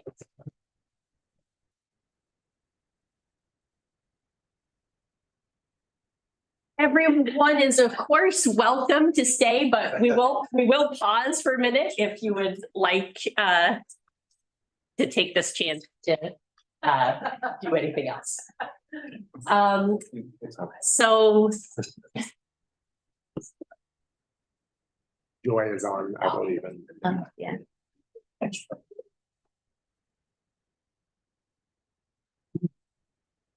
So item number 12 is bond consultation and communication services. And for this, we're going to hear from Superintendent DeGuara, as well as Joy Coomer from Team Civics, and she will be joining us remotely. Great. Well, Kirsten is teeing that up there. At our retreat, we looked at the review from Godby Research that was favorable towards looking towards a November 2024 bond initiative. The board was interested in working alongside of a consultant. We've worked with Joy pretty extensively in our past, although under her new branding, Team Civics. So I'm glad Joy's here this evening to talk with us more about what it might look like to partner with Team Civics in the potential for a 2024, November 2024 bond. Thank you, Mr. DeGuara. Hi, Joy. Thank you for joining us. Good evening, board members, Madam President, Superintendent, other members of the board. It's nice to be with you again all tonight, and sorry I can't be here in person. I was going to share my screen. Does that make sense? Yes. I know you have the presentation as well. Okay. So our new branding, we are essentially the same people as I have worked with the district over many years on your previous parcel taxes and one of your previous bonds. But we did start a new firm this last year. Most of that reason was simply that we wanted to really focus on the ballot measures that we've always done. And some members of our prior team actually do a lot of candidate work. And we just felt like the work that we do really required the focus of just this ballot measure focus. So we started our own firm. I'm one of the partners of that new firm, and it's known as Team Civics. We do the same work we've always done. I work with many districts right around you, and many in San Mateo County. I'll actually have a list here. We work with all of your team of experts, whether it's on a bond or a parcel tax. Usually, you're looking at a financial advisor when you're talking about a bond, your legal counsel. and any facilities and construction experts. We can actually be a really good partner there. We look at the feasibility, and I know you've done the survey with Brian. I actually looked at your study session slides from earlier in the month and have looked through the survey, and I do definitely see feasibility there. We look at the election date, the tax rate, project priorities, and just work with your whole team to build that measure and communicate out to the community so that people feel really good about the process and they understand by the time you get to the vote what your priorities are and how this bond measure would help them and how it would be good for the community. I just list here some of the San Mateo County schools that we've worked with in the past. Currently, we just helped Redwood City pass their bond measure in Sequoia in 2022. And then also currently I'm working with San Bruno Park on a potential school measure, and Jefferson Elementary is also on the ballot this March actually to renew their parcel tax, and we did some work helping them as well. So a lot of work, a lot of our work and even my work has been right there in your own county. So I know the county really well. I thought it was helpful just to take a look again. We often kind of come back to this and we look at your actual voters in the district. There are about 26,129 voters. That number could be updated after the March election, but that's how many there were when I looked earlier this week. That makes up about 13,639 registered voter households. And you can see one thing that stayed pretty consistent is that about, over half of your voters are Democratic voters. There's always been a fairly small slice of Republican voters in your district. But what has changed a little bit over time is that more voters are identifying as mostly independent. We say all other, but realistically, most of those voters are actually identifying as independent. There are a few other third-party candidates like Green or Peace and Freedom, but they make up a very small percentage overall of this 31%. Something that really has not changed, and for those of you that have seen these numbers before, you'll recognize the age distribution. And you still have, nearly 50% of your voters who are over the age of 55. And of course, every time we look at this, we sort of talk about how the conversation has to be helping these voters feel good about the process and understand why investing in schools is important. Keeping property values strong, keeping the community strong as their local schools stay strong. And many of these voters, right, they drive by your schools, and when they do that, they see beautiful schools. They see, they just see what's on the outside because you take really good care of your schools, but they may not understand all the needs on the inside. And so that's part of our job with this communication process, is really to help them understand how education has changed, as we just heard even from the presentation before me, and how that impacts schools and why facility funding is needed to help with this process. Part of the education, I know that you, like most districts, are looking at a Proposition 39 bond, which requires 55% for passage. But oftentimes people don't understand the timing of Proposition 39 bonds and the difference between a Proposition 39 bond and a Proposition 46 bond. And so I just thought it would be helpful to show this here. Very few districts anymore do the Proposition 46 because it requires 2/3 for passage. But more importantly, it really is the use of bond funds. It's incredibly restrictive to just the acquisition and improvement of real property. So it comes down to buying land and actually building a school.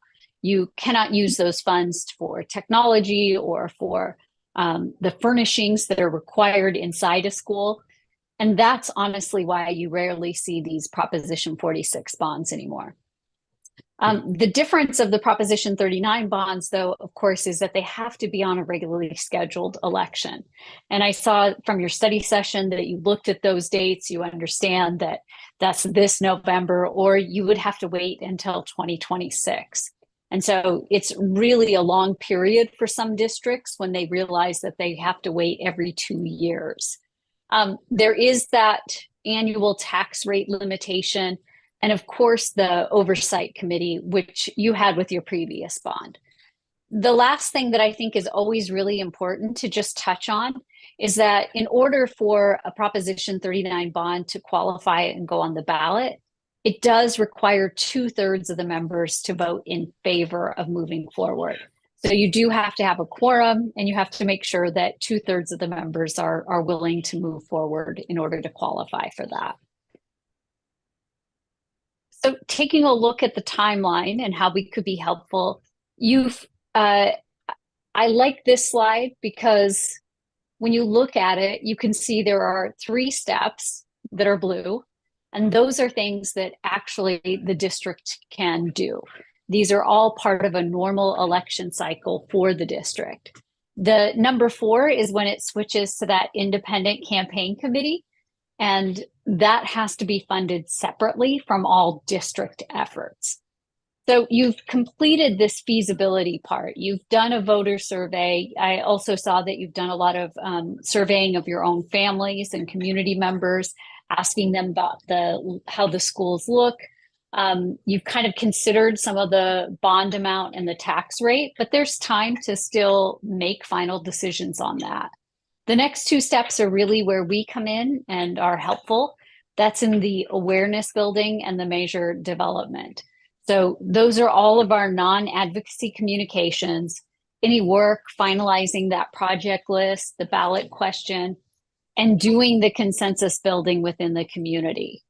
The board has until August 9th of 2024 to deliver a fully executed resolution to the county. Typically for most districts, that would be a June or July board meeting. But practically speaking, it doesn't have to be there till August 9th to qualify for the November ballot. At that point, that is when we transition to that independent campaign committee. So just as before, I would be working directly with the district in these 2 processes as we prepare and get ready to ultimately bring a resolution that the board would vote on to decide whether to move forward and place a bond measure on the November 5th ballot. With that, I will stop sharing my screen and see if there are any questions I can answer. Thank you, Ms. Coomer. Trustee Howard, do you have any questions? No, I don't. It's right on my time and listen. Trustee Limbach? All right, get a fresh slate.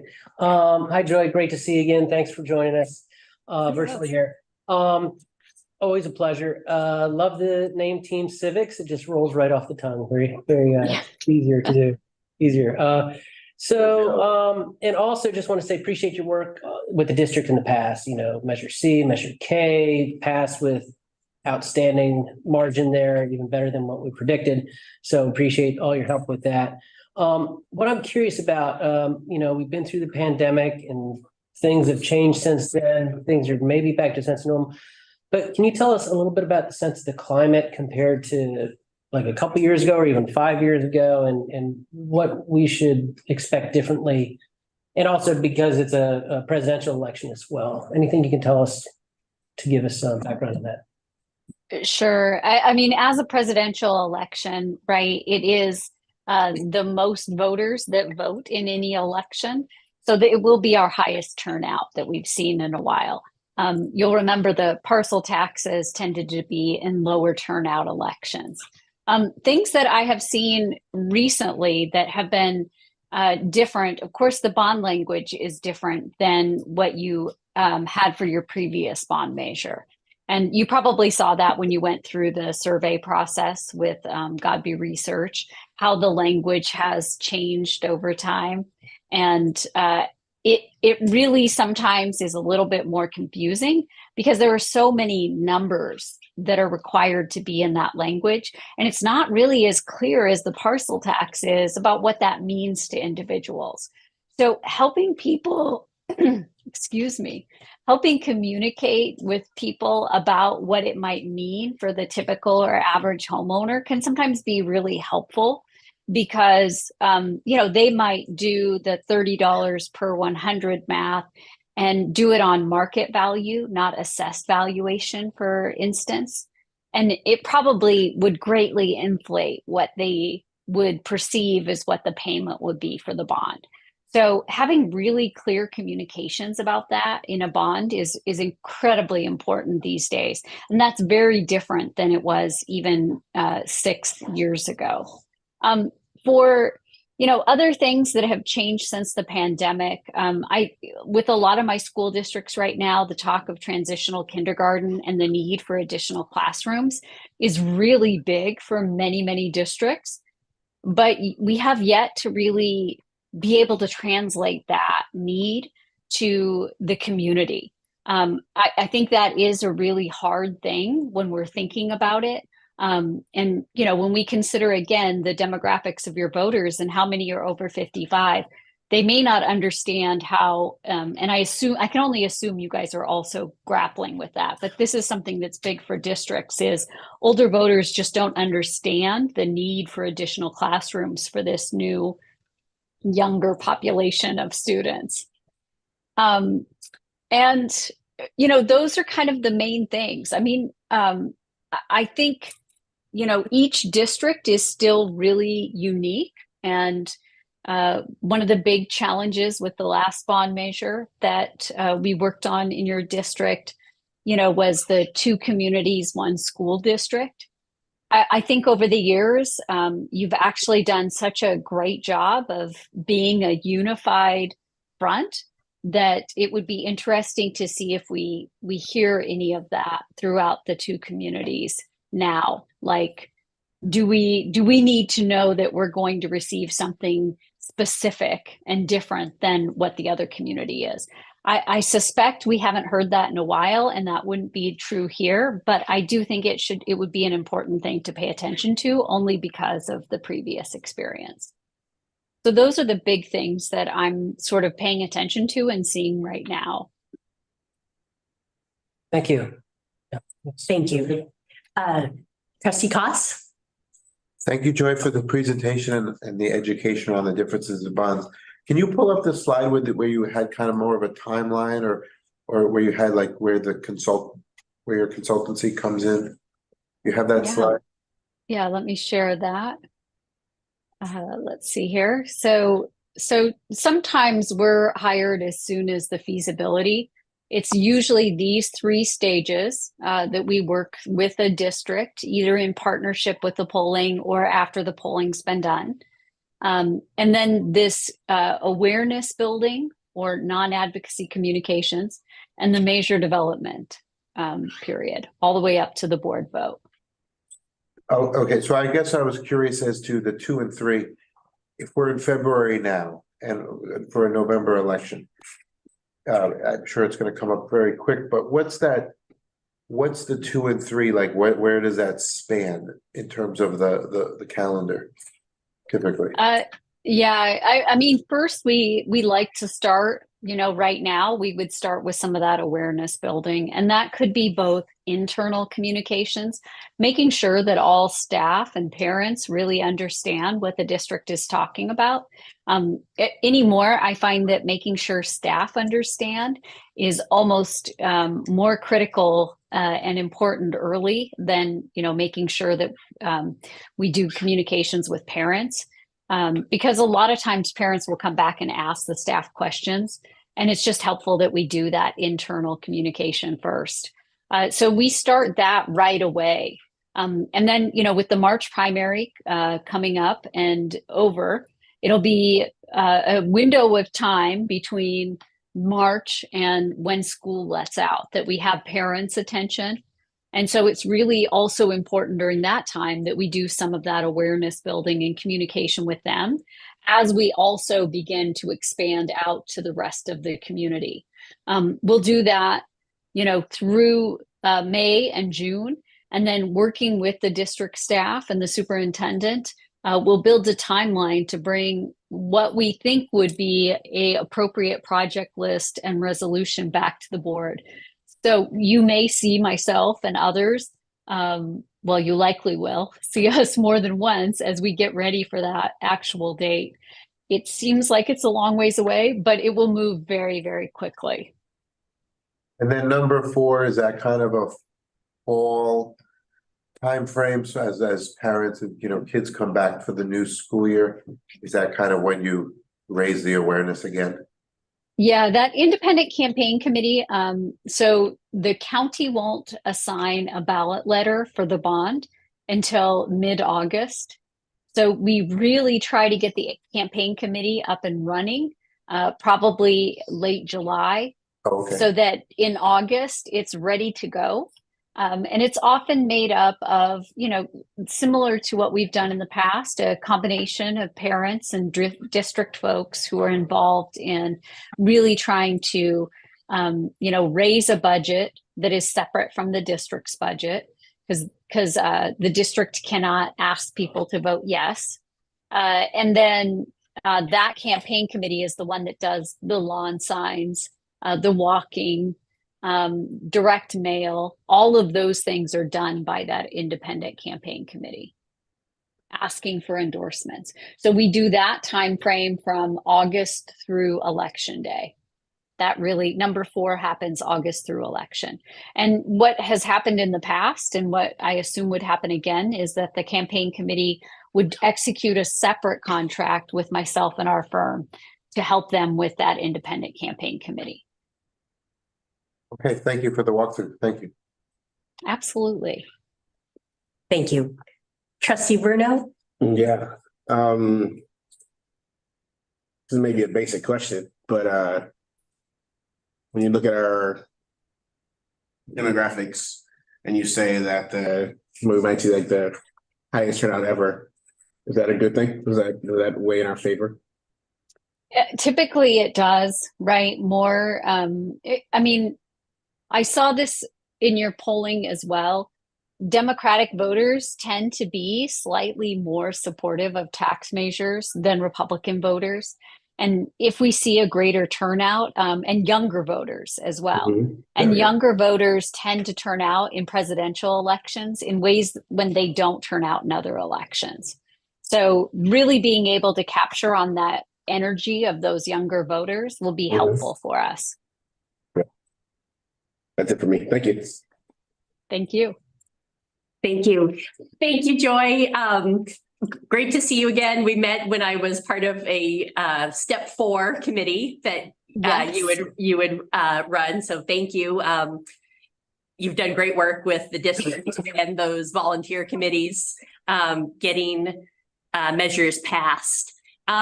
Just a couple of questions. Just one of the things you pointed out was the assessed value, and saying that that's a key for the bond measures, is letting the voters know. So could you give like an example of that? And is the assessed value usually related to the purchase price, and if you've done any renovations? Yes, that's exactly right. So so oftentimes what we see in communities, especially like yours, where we have a bigger percentage of older voters, right? You can imagine many of them probably bought homes 20 years ago. And thanks to Prop 13, their home value has only increased ever so slightly since that purchase price. And they are only taxed on that assessed valuation.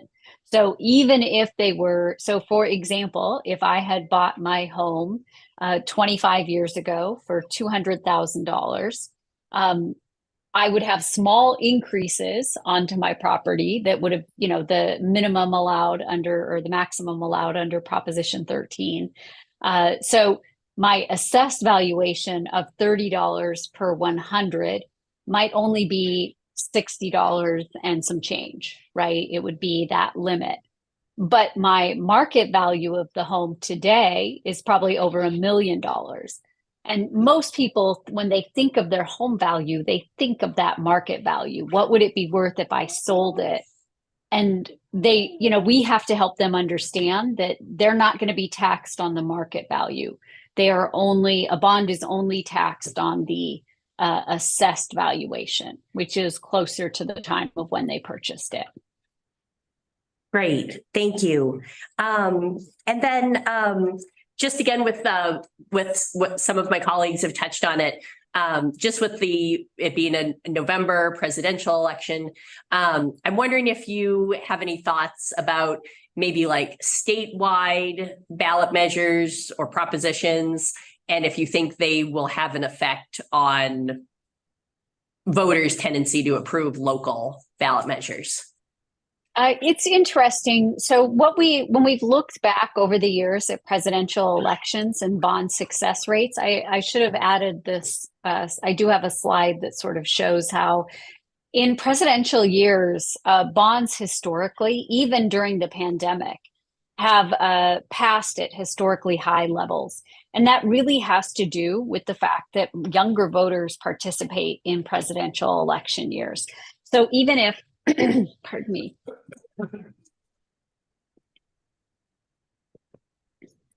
My throat is a little sore here. Even if they, kind of skip over statewide issues or other issues, if they come back and vote on their local issue, we find we do really well. Sure. Thank you. Yes, exactly. So sorry, I'm so sorry. No worries. So we have this as an information/action item. Do we have any more questions related to information that we would ask Joy of? Trustee Howard. So Joy, on a campaign like this, when we transition from the district's involvement in the original informational stage 2 and 3, towards stage 4, there's a cost of running all these campaigns. What's the monthly cost? What do you expect in terms of informational mailers between now and then? Stage 2, 3, and stage 4, and then what would you estimate would be the necessary investment from donors for the Get Out the Vote campaign? Yes. So in my contract, which I think you all have for the potential action item, I did price out a couple versions of informational mailers that would be optional, and we would work with the district. Typically, we have done 2 informational mailers. When we look at mailing something to both voters and parents, regardless of registration, we expect to be mailing about 14,000 pieces. If, depending on the type of mail we do, the cost for each one of those could be between $11,800 and about $12,400. So the 2 together don't quite come to $25,000. So if you chose to do 1 or 2, that's what the district's cost for that particular communication is. We do still see that mail is one of the most effective ways to reach all registered voters and all parents in your community, simply because it's harder as a district to go door to door and talk to voters. So if we're mailing something out, we know that they're receiving that information. For an independent campaign committee, our parcel tax work has always been very aggressive, and we've had really strong campaigns and raised funds so that we can send a lot of mail. When I look at your survey results, we see strong initial support for this. There is some people who are in that maybe category, and our goal is to really keep people in the yes category. not into the, the softer support. And so I don't suspect that we would spend as much as we would on a parcel tax campaign. But the big difference will be that there will be more people participating in this election than in our parcel taxes campaigns. So it's going to be a little bit of a balance. And I haven't done a campaign budget yet. So it's really hard for me to know for sure. Yeah. But there will be some differences. I think it's really about talking to those soft supporters and making sure that they stay with us through election day. I will also, oh, I'm sorry, Jim, if I can say one more thing. Yeah, please. In the county, I think one of the things that's really important is just being mindful that there have been some opposition to bond measures more recently than there have been in the past. So just doing some awareness around that, making sure that people understand, the truth of what the district's needs are will help with that as well. The math, back of the napkin math I did is about 56 going to into the independent committee. So March through June plus maybe a half a month now, plus a couple mails, about 25. Yeah, that sounds about right. Yeah, so thanks for that. And most importantly, I was going to ask if that was a puppy or a child, but I finally saw a hand shoot up. I'm so sorry. The name of that cute child? That is my granddaughter, Freya. She's, for those of you who don't know, she was diagnosed with leukemia. And her clinic is not that far away from our house, so she stays here when she has clinic days, and she keeps wanting to talk and say hello. Bring her on. Maybe a parting shot. Yeah. I'm worried she's behind my chair right now. Where did you go? I was like, So thank you, Joy. No apology necessary. That was always the best part of Zoom life, was being able to see people's pets and family members in the background. Yes, yes. So any other informational questions? Should we take action at this time if there's no other? Oh, there she is. Hello, sweetheart. Hello. I don't think she can hear. Oh.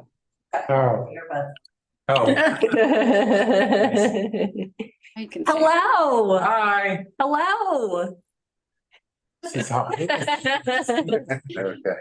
Thanks for joining us. Thank you. Thank you. Thank you, Joy. Okay, the item is for information and action. The agreements to work with Team Civics are included in the supporting documentation. And the board may choose to take action tonight if they so choose. Thank you. Thank you. Any discussion before I ask if there's a motion?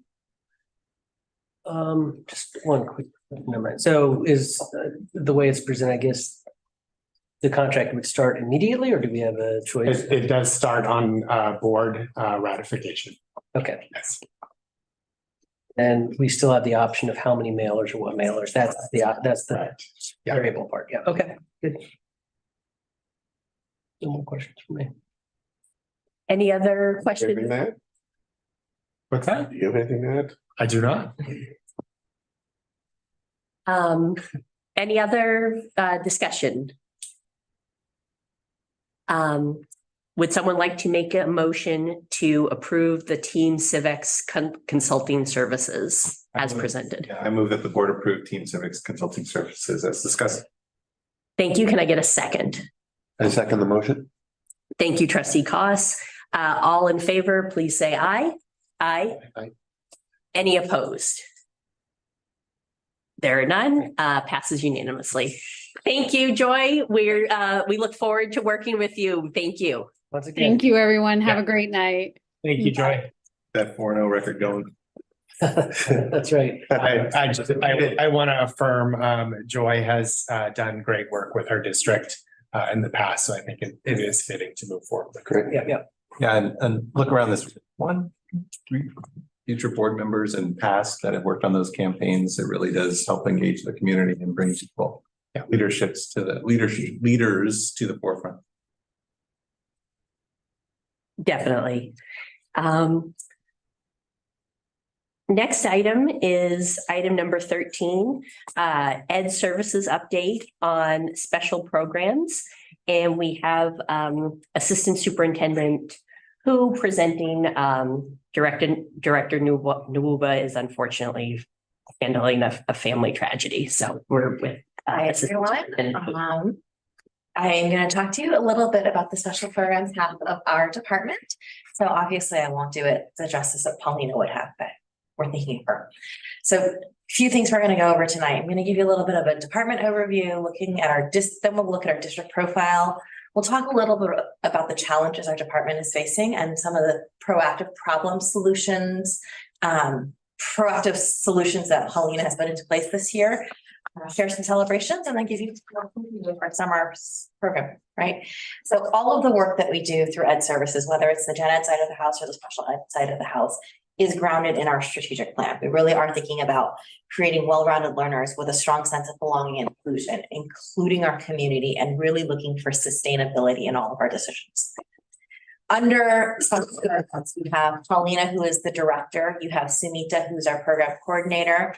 Jacqueline Mendez, who's our best manager, who is out on maternity leave as well. So she is back February 25th, and we cannot wait to have her back. And then Sonia is our admin assistant. So that team of 4 oversees a huge department of players. One of the big goals within the department, and I think this is visible in everything that comes out of Paulina's mouth and everything that she embodies when she's working with our staff. Students in special education are general education students first.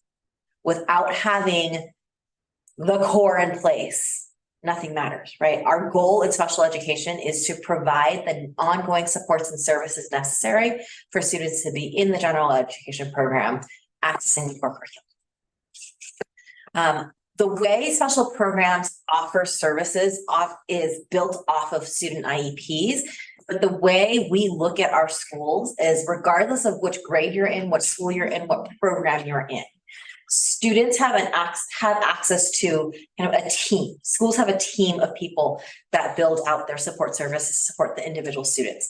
There is access to an occupational therapist, a psychologist, a speech language pathologist, a learning center or resource teacher, behavior support team members, educationally related mental health services, ERMS staff, and that's just everybody who may or may not have an IEP. There are some students who are in an SEC, in a specialized class that is not in the general education classroom for the most part of the day. All students have mainstreaming opportunities throughout, and that depends on need and ability.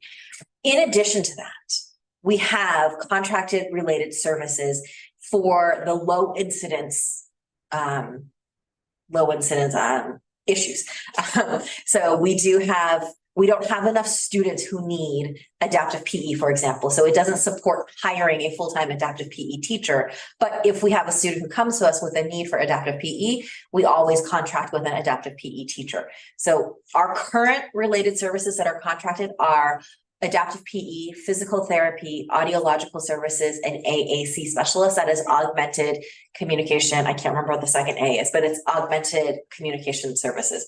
So think about the students that have what look like iPads for talking devices, where they are coded with communication.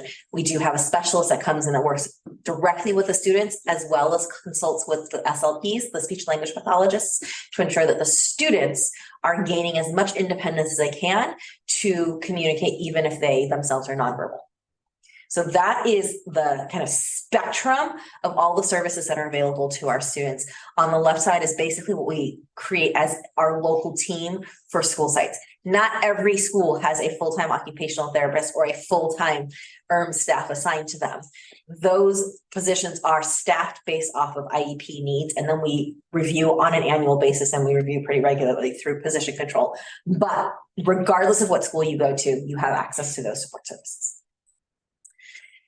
When we pulled these data last week, our enrollment is at 4,041. Our special education count, that means students who are eligible to have an IEP, so that could be speech only, or that could be something a little bit more severe or a little bit more intense. We have 399 students with IEPs right now, so that equates to 9.87% of our overall population. Okay, that's district-wide. There is some fluctuation, plus and minus at individual sites, but this is our district-wide number. We thought it would be interesting for you guys to see just a visual of over time, pre-pandemic to now, the percentage of our students with IEPs in relation to our cumulative enrollment. So that number in the blue is the cumulative enrollment. So you can see we fluctuate from 4,400 down to 4,200 down to 4,100 in last year, up through 22-23. And then those are our absolute numbers, but you can see the relative percentage of students with IEPs really has stayed pretty static. Before the pandemic, through the pandemic, after the pandemic. Not much fluctuation. We are hearing that the needs are different. We get that. That's part of it. But the actual number of students qualifying and receiving services, percentage-wise, has stayed about the same. Some of you may or may not know there are a variety of qualifying factors to be eligible for an IEP, an individualized education plan. These are all of the categories. We have a few that are predominant. Speech and language impairment, other health impairment, specific learning disability, and autism are our 4 big buckets of where our students fall. These are the primary disabilities. So it is possible that a child is tagged with 2 or 3, but what we pulled for this table was just a sense of our primary needs.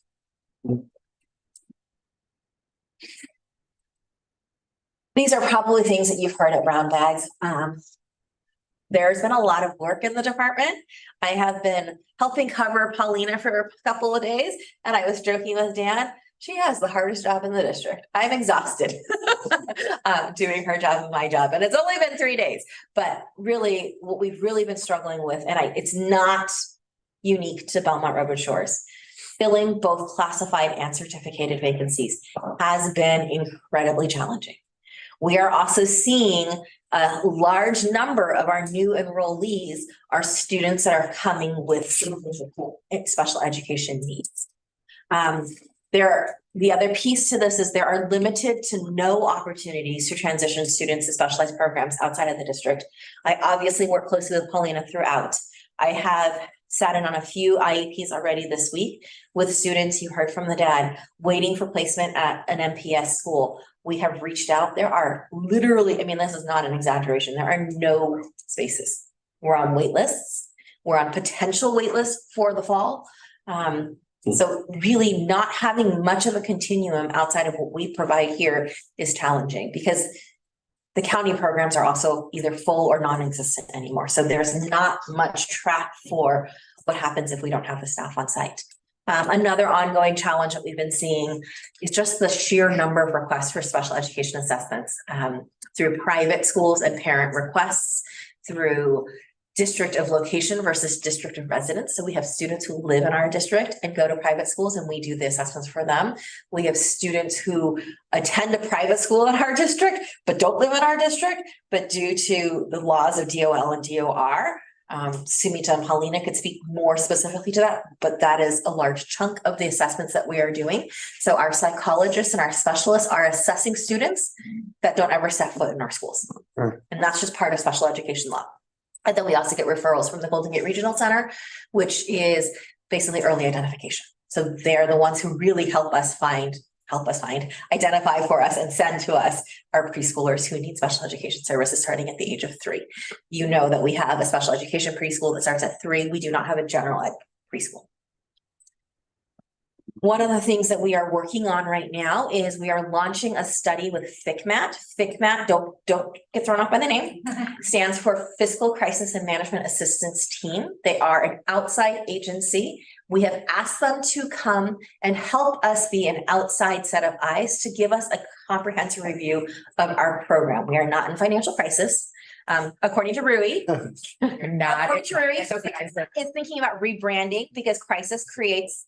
They were originally formed as an organization for districts in crisis. They have since expanded to do general, There are a McKinsey consultant who's gonna come in financial crisis with an unbiased lens to say, here's your staffing, here are your ratios, here's what is kind of standard statewide, here is industry standard, and here's where you stand. One of the things they have told us is that when they focus their review, they don't tell you all the great things you're doing. They only tell you your opportunities. So as part of the FCMAT study, they are looking at our organizational structure and staffing. And they're going to be looking at our staffing levels for paraeducators, special education teachers, and related service providers. This is something we have asked them to do because we want to make sure we are providing the necessary supports for our students while also supporting our staff. Remember, this goes back to sustainability. We all have a sense of and what we've seen in other districts. But the reality of it is, even though our sheer numbers and percentages are fairly stable, the intensity of the needs is higher. And that's not captured in a graph when we're just looking at percent eligible. Okay. So those are the challenges. Some celebrations that actually go hand in hand with our proactive problem solving. FCMAT is part of the proactive problem solving. We really want to avoid solutionitis, right? You hear me talk about this in the lens of PBIS. We have a problem. I don't want to just throw a solution that I think is going to work. FCMAT is going to help us delve into all of our facts and figures and benchmark us against industry standards. So we really have the data. So we really understand what are we doing well and where do we have opportunities for change so that we can plan for next year, okay? And future years.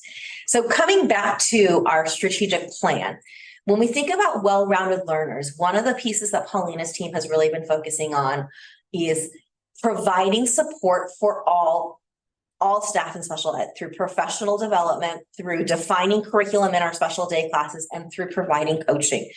We have round 2 of our executive functioning training happening for our teachers right when we come back from our midwinter break and for our specialists. Oh, I'm sorry, I got that confused. Our principals and our specialists were here. Our specialists and our related services providers were here in the boardroom on February 8th. We have trainers coming. They did round 2. At the end of the month, when we come back from the break, those same trainers are providing optional professional development to staff who want to participate in the afternoon. They're paid to participate. They don't have to go to all 3 sessions, but there are different opportunities for them 3 times a year. And then that same evening, they'll provide part 2 to the parents. So some of you have participated back in October when they were here the first time. They're coming back February, and then they'll come back again in May. Same thing, a full day spent, half of it with our principals and assistant principals, half of it spent with our related service providers, because executive functioning is huge. It's something that we're hearing from our population of parents and teachers alike. How you respond to and provide for as a teacher is different than what you might do as a service provider, which is different than what I might do as a principal or assistant principal. So we have them tailored, but that's something that Paulina has put together for our team that's been really well received. Our special day classes have always had curriculum, but it has not necessarily been aligned. And so she has been providing ample support and resources to make sure there is a continuum TK8 for our SCC classrooms. And then she has hired coaches for our special day class teachers. Being a special education teacher is incredibly hard in the best of circumstances. You can imagine what it's like when you're an intern teacher who's working on your credential, you're at full caseload, and you don't have a full para staff. We have adults, so there's a safety in terms of ratios, but we have substitutes in a lot of classrooms. We have the bodies there, but it's basically like having a temp instead of having the trained person who's been part of the meeting, who's been part of the training. And so there's coaching for our staff to learn how to work through and create systems. Another celebration, at a couple of our schools, there have been some really great activities and events supporting belonging and inclusion. So Caroline Baldonado is currently a 5th grade teacher at Redwood Shores, and she has a buddies friendship program. There's a photo of it at the end. And then at Nesbitt, Brina and Kelly, that should be a capital N. Brina and Kelly are two of the teachers who teach in our SDC classes, and they run a Special Olympics for the students who are in their class, and they run a moderate to severe special day class. So these are kids who are severely impacted. A lot of them are nonverbal, but when they do these fun things, it involves the entire school.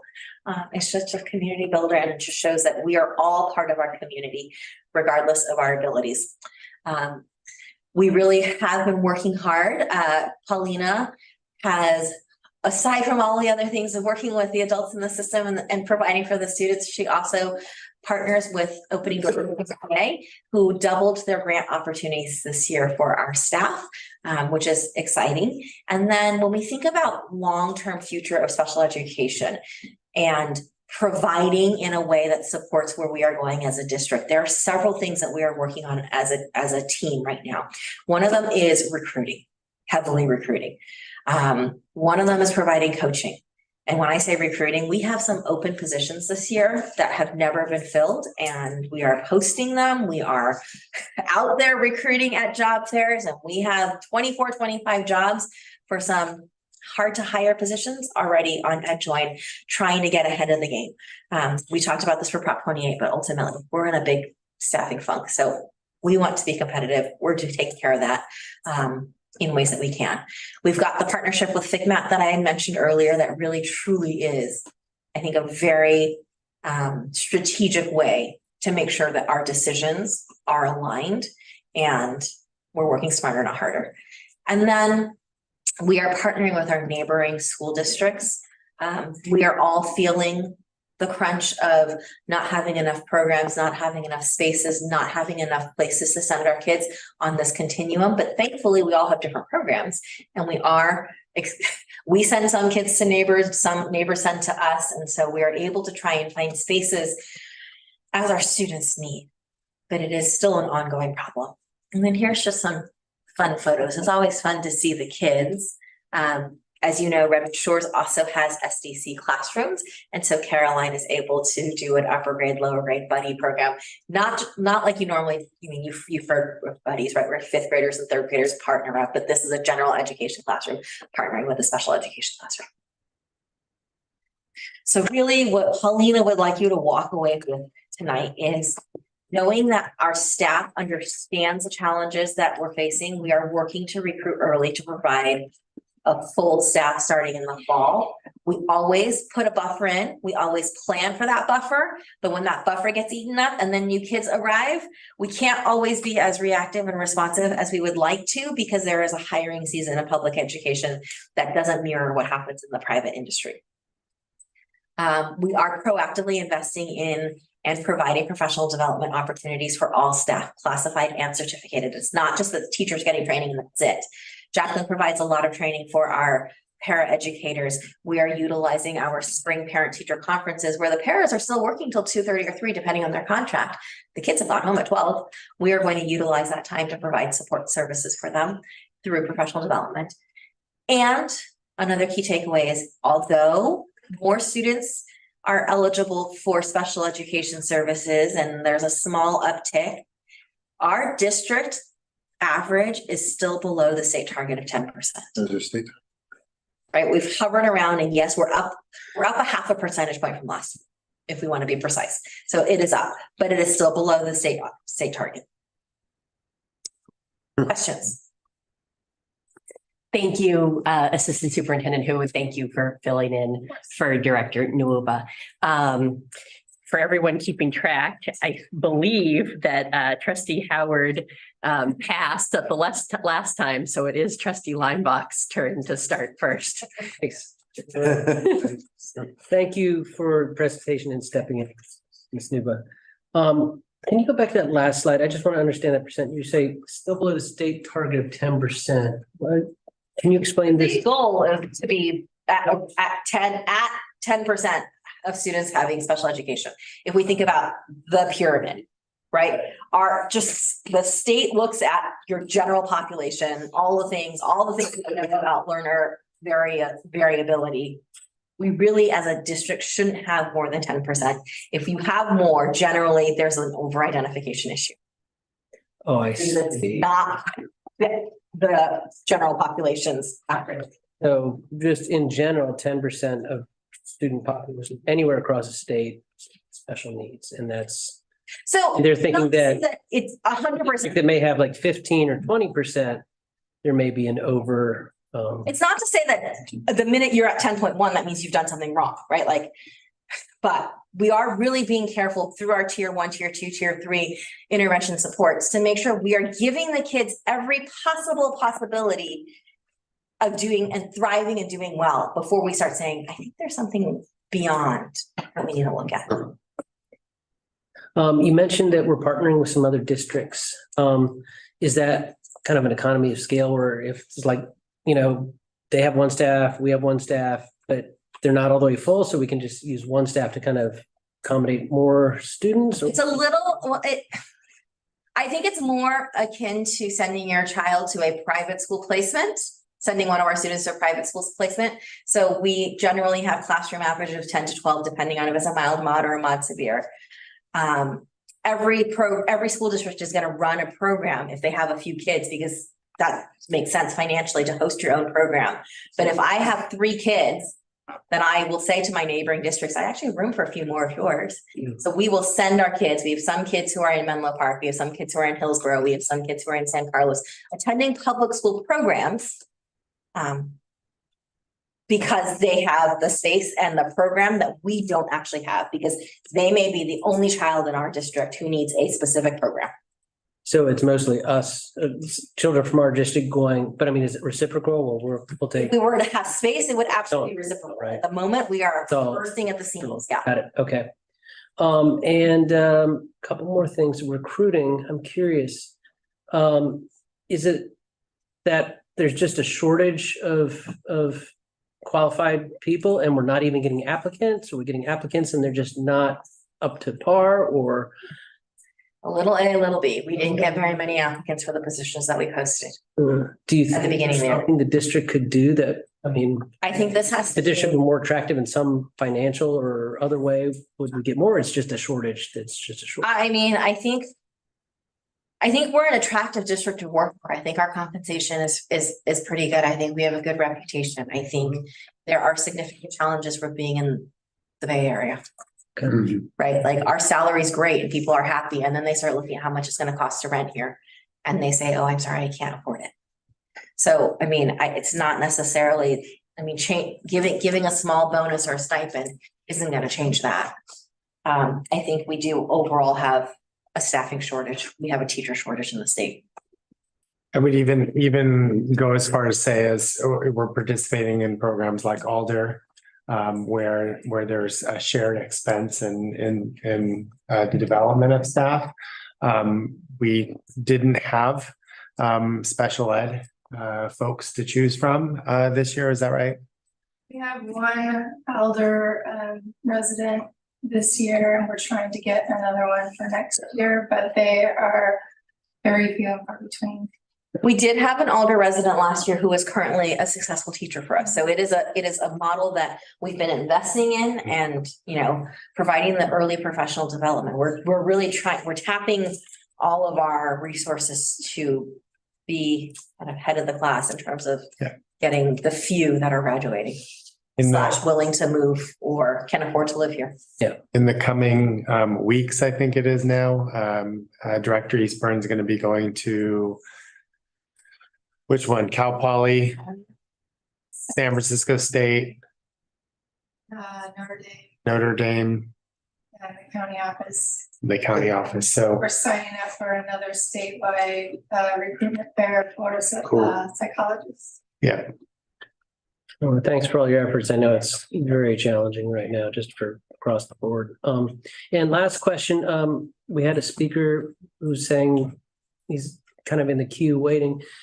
Can you give us a sense of kind of the level of effort and resources, time and everything it takes for an assessment? And just like how much resources it takes out of the district to kind of do. So if we're talking a full neuropsych evaluation, your psychologist does a battery of assessments. Your learning center teacher does a battery of academic assessments. If, depending on if necessary, you might have your mental health therapist do SEL assessments as well. Typically, when a family signs an assessment plan, there are 60 days, 60 calendar days in which the team performs all of the assessments. Understandably, a psychologist who needs to do 4 different tests with a student isn't going to do them back to back to back to back over days. They'll take the child at 10 o'clock for a 20-minute test, then they'll come back in a day or 2 so that the child is not exhausted by the testing. So even though it's only a handful of tests that maybe take 20 minutes a piece, it does take all of those days, and you want to be careful not to pull them from music if that's their favorite place. You need to watch out for the days that they're absent. So all things going, our team does the assessments within 60 days. And then you meet to discuss eligibility, and assuming everybody on the team agrees on eligibility and signs appropriately and quickly, then in your IEP meeting that you say, we've assessed, we've developed, we've determined eligibility. Here are the goals and services in our offer of faith-free and appropriate public education. Parents can either sign that they accept or decline. And so how smoothly that process goes is a complete toss-up, right? Like sometimes, I mean, like this week alone, I sat in 4 IEP meetings and they've all been different. Today, we got through 2 in an hour and a half, and it was easy breezy sailing. Didn't even get through all of the components in the other 2 that I sat in. So that's the variability. And then we've had, I mean, we've offered, and parents have declined to meet in the moment, and then a few months later have changed their mind and want to go back. But we can't offer the same space because it's not our program, and the space that we had for them or that somebody had for us has been given to the next person on the wait list. So it's a really tricky, we want to make sure we're assessing kids appropriately. We want to make sure we're offering them the right program, and we want to make sure families feel comfortable, because these are big decisions about their students when we're looking at a non-public school placement or a therapeutic day class. Or, I mean, these are pretty restrictive programs for pretty intense needs to support the students. So we want to make sure everybody has the full information and can tour and can see and can make an educated decision. But literally, I can think of a couple of cases Colleen and I have discussed where we've offered, we sat on it a little long, and by the time a decision was made, the space was gone. Thanks for the presentation. Thank you, Trustee Leinbach. Trustee Costs. Thank you. This was really interesting. I appreciate the depth of the presentation. What was for classified? I just put, when you say finding classified and certificated vacancies. So who else would be part of, like, for example, in the classified? I guess I'm assuming maybe Paraeducators. Is that the big bulk? Yeah. We do a really good job, I think, in our district of providing push-in support services for students. We have very few, in my estimation, we have very few SEC classrooms. We are trying to keep kids in the least restrictive environment. That's general education with supports as necessary. So in order for that to happen, some kids have behavioral needs. So they need a behavioral therapist assistant with them during the day to make sure they're being supported, either following a behavior plan or being a buffer, or watching the child and the triggers and knowing when to then divert them to something else, right? Having a high number of paras is what allows us to keep our kids in general education. But having a high number of para needs is really tricky because, as you can imagine, working with students who sometimes are tantruming, sometimes eloping, sometimes needing toileting skills, is a really hard job. There are very few people with the patience and the interest to support kiddos. So it doesn't have to be a one-on-one relationship. No, it doesn't. No, sometimes it's assigned to the classroom supporting all the kids that are in there. Sometimes it's the person assigned to the learning center, and so they support all the kids and they push into various places. There are one-on-one cases. I mean, I think Ruri is probably stressing out over there looking at the blacks and reds because we have a lot of staff contractors. Okay. We may not be able to hire them as BRSSD employees, but we still have a responsibility to the students. So that means we end up going out to staffing agencies and paying a premium to the agency. The employees, I mean, the agencies take the cut, right? So double the cost for us. Employee probably makes the same amount. but what, for whatever reason, staffing agencies are able to get people that we aren't able to. So we fill holes by Yeah. hiring contractors. We'd like to reduce contractors and recruit staffing because, for sustainability's sake, we can pour the money in for professional development, building a system, building relationships. It's kind of the status of special education, I think, in the state. I don't think it's an anomaly. I mean, I know it's not an anomaly to us. So, how many of the, like, roughly 400 plus-ish special educated students are school age? Like, I just thought about it because you're completely correct. Like, the law says if you move into the district, whether you're 3, 2, and you have a special need, it falls to the school district, correct? Yeah. So, how many of that 400 plus, what number are we at? Number 17 is. Yeah, I know the question and I can't tell you exactly. I would say roughly 12 of those 400 are pre-K. Between 12 and 18. It fluctuates because the other thing with our preschoolers is the minute they turn 3, they become eligible. So I may have 6 in September, but a handful turn 3 in October and they come join us. And then another handful turn 3 in November and they come join us. So preschool is a little bit of a rotating door. So as you tour Redwood Shores, you might go, why are these classes so small in the fall? It's because we have to know that throughout the year, more students turn 3 and become eligible. So I guess my asking this is, my larger question is the bottleneck or the need more with the school population, like helping the students in the general education classes and or special ed classes, or is there a group that, like you said, maybe is not even they're going to private school, but we're assessing them? Like, or is it both, but they have their different unique needs? Like, I'm just trying to. It's both. Okay. I mean, the students who live in your district who go to private schools is an issue for every school district. Every school district in California is responsible for assessing kids, even if they're in private school. So, I mean, that just is a fact of life. I mean, for us, really, the tricky thing to me is providing the necessary supports for the 400-ish, the 399 that we have this year, that are ours. Okay.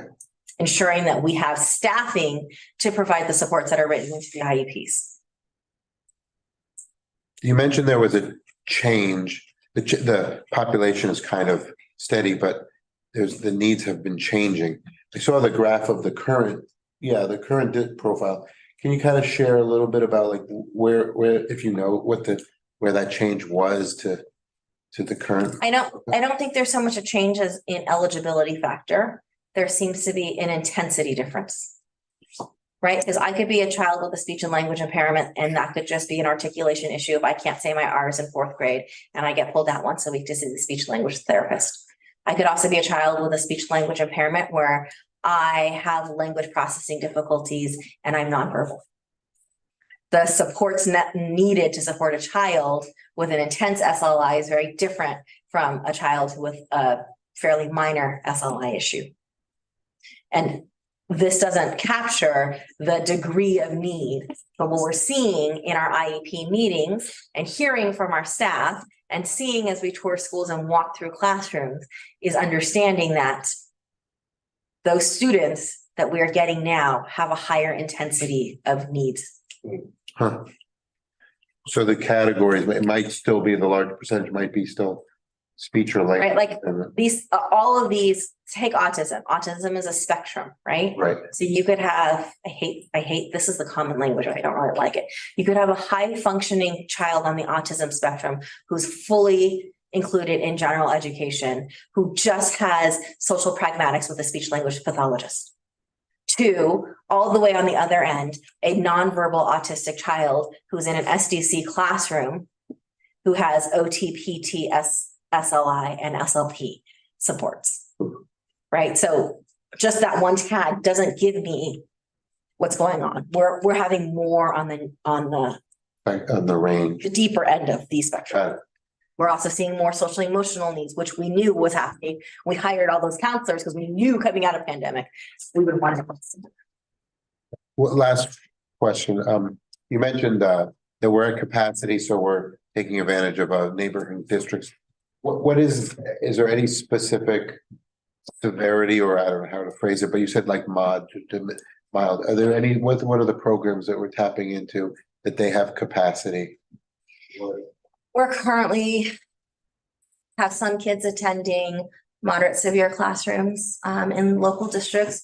We do have some kids, who, I mean, for a variety of factors, we have the program here, but they're better served at another district. And those are all decided at the individual. Mostly we send students to other schools, such as non-public schools and therapeutic programs for like an eligibility of emotional disturbance. We're not well equipped to provide services and supports. Thank you. There's a lot of specialized training required, so sometimes it's better to send it to a specialized school. Got it. Thank you. Thank you. Trustee Bruno? Simple one. You got ongoing challenges. Slide. The last one, I'm just want to make sure I'm hearing right. So for GGRC, how are those families like identified? And then if I'm reading right, like they're identified, but then we have to assess them? So typically what happens is your pediatrician makes a referral, right? Like you think back to when your babies were little, they ask you all sorts of developmental questions. And if you're not meeting developmental milestones at a certain rate, they will make a referral to your local regional center. So depending on, I mean, where we live, it's called the GGRC. Santa Clara's is San Andreas, I think is what it's called. And you get put in touch with, depending on what it is, it's usually speech or language. You get an assessment through the regional center that says this is what you need. And depending on the severity, your insurance might cover private therapies. But then once you have that, then they'll say you need to enroll and you need to go and enroll. We also have child find, so we know of kids and we reach out to those that have been flagged by the regional center and we outreach to say, hey, your child has needs. We have this program. It's kind of the idea of kind of wrapping up services. We're reaching out to other agencies that are connecting with us. Are you saying you might reach out intentionally? Absolutely. Hitting those numbers. Yeah.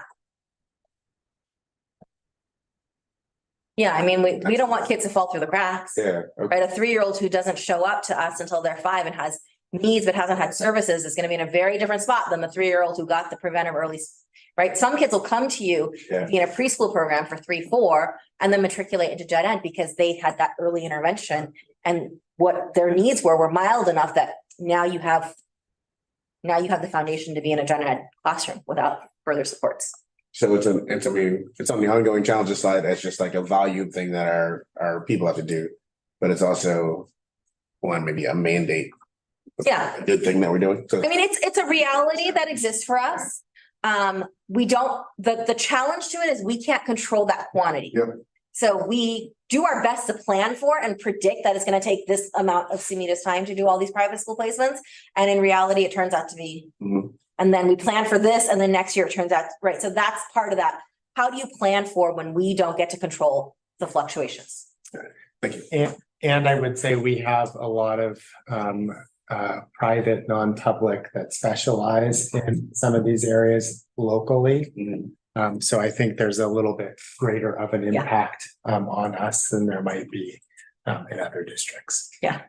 Just because of locations. Yeah. Thanks. That's it. Okay. Trustee Howard? What does MPSS stand for? What does what stand for? MPSS stand for? NPS, non-public schools. Non-public. There you go. That's a continuum. We have students in gen ed. We have students in gen ed with learning center resource. We have students in FCCs. We have students in private schools, non-public schools, therapeutic schools, all the way to residential treatment facilities. Oh. Yeah. Some of our kids are out of state. Yeah. Thank you. Yeah. Also, sorry, Assistant Superintendent who, just a couple of questions like that. For the pie chart, the different ways that kids are enrolled in the special programs. What are some of the things that fall under other health impairment? Sometimes other health impairment can include ADHD depending on the severity and the needs that are presented. Okay. So it is a little bit of a catch-all. I can't speak specifically to it. Our psychologists are the ones who determine what the eligibility criteria are based off of how the student presents through assessment data. Oh, thank you. Thank you. Thank you for all your work on this and Paulina's work on it. I especially loved your plans for the professional development for the staff and opportunity for parents as well. And then also for the paraeducators during conference week. Shout out as you did to the Best Buddies and the Special Olympics and opening doors. And then, sorry, I just wanted to look. This is a very specific, totally understand, and I just thought of it while you were presenting, but when the students go through the assessment process, they may be found to be eligible for special ed. Is there a industry standard for what percentage of students are usually found eligible if they're referred That's a good for question. assessment? I think that's something we can ask that. I don't know. I mean, we've been looking to see really what we would like is 100% of our kids who get referred are eligible, because that means we're not making referrals of kids who are ineligible. Our DNQ, our do not qualify numbers are concerning if they keep going up.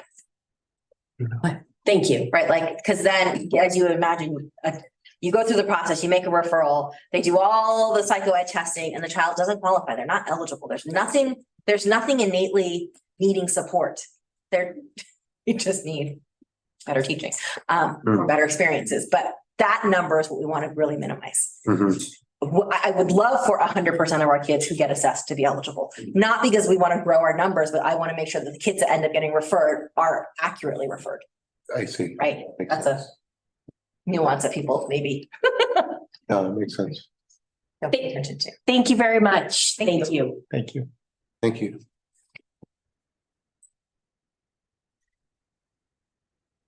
Item number 14 is the 2024 delegate assembly vote. Yeah, each year, the CSBA has delegates serving. The Board of Trustees can vote for up to 3 delegates in our region. It just so happens that there are 3 delegates running. All 3 delegates are incumbents, and the board can choose to vote for 1 or all 3, 2 or all 3. And Ms. Ellinger will record the board's vote into the CSBA. All the supporting documents, including their statements, have been attached. Thank you, Superintendent Jaguara. Any discussion? I'll just really briefly say, Sophia Lane, I work with her closely. She's vice president of SMCSBA. Of course, I'm treasurer, so work very closely and can vouch for her. Also, I've known Chelsea Bonini and Pat Murray for many years, and I can vouch for all 3 of their dedication to education and the CSBA, and would strongly recommend all of them. So be happy to make a motion for them. So. Thank you, Trustee Leinbach. Any other discussion? Okay, could we get a motion, Trustee Leinbach? Sure. I move that that the Board of Trustees vote for all 3 delegates. Can I get a second? Second. Okay, all in favor, please say aye. Aye. Any opposed? No one opposed, passes unanimously. Thank you. And then the next item is CSBA board policy updates. Initially presented initially came from CSBA in December of 2023. It is our first reading. Any questions or discussion about any of these? So for clarification and folks that may be listening, the way we've set it up, we have our current policy linked on the left side. As you scroll over is the staff recommendation and the recommended changes on the right side linked, as well as in between when it was last reviewed, whether it's mandated and the staff assigned to that policy. Great, thank you. So for the first reading, it's just a discussion, and then if we would like to have one, and then we don't approve or we don't act on these items now, they would come back at a later meeting. Great. Any further questions? Okay, and then next item 16, future board meeting agenda items. And I'll ask Superintendent DeGuara to run us through that. Let me just, my thing just shut down here. Future board meeting, there we go. Come on. It's up there. Glasses. Yeah, I'm not even gonna try. I hit that magic number and like all of a sudden. March 14th is our next one. There will be some routines, including our transportation plan, which is now a yearly update by April. School highlights will be Cipriani. Ed services update. We had targeted social emotional learning. We have second interim from CEO Bao, enrollment update from Director Eastburn, a facility update, a Prop 28 and funding update, and hopefully a formal adoption for our instructional calendar. Actually, that'll probably go to consent if we have one. So kind of a full agenda there. Certainly, I put out there if the board is interested in a topic different than SEL, please feel free to suggest an alternative. In terms of our April retreat, right now it's a focus on facilities master plan. We'll be bringing that all together come this spring here. I know there's board interest in continuing our governance work at that April meeting. And then Redwood Shores will be our highlight in April, also in April, 3 days later.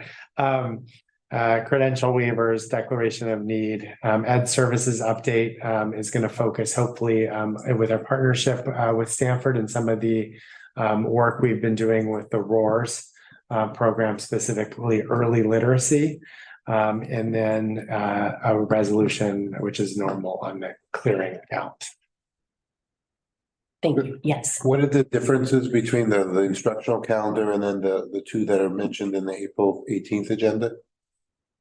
The RSFA calendars in this. Yeah, I think we just put it in multiple places. So there's the instructional calendar, and then there's the individual unit calendars, for example, teachers, psychologists. So there's the instructional calendar for when kids actually come. Yeah. BRSFA and CSEA calendars are when actually staff. I see.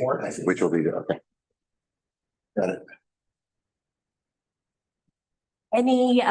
Any suggestions for other future board meeting agenda items?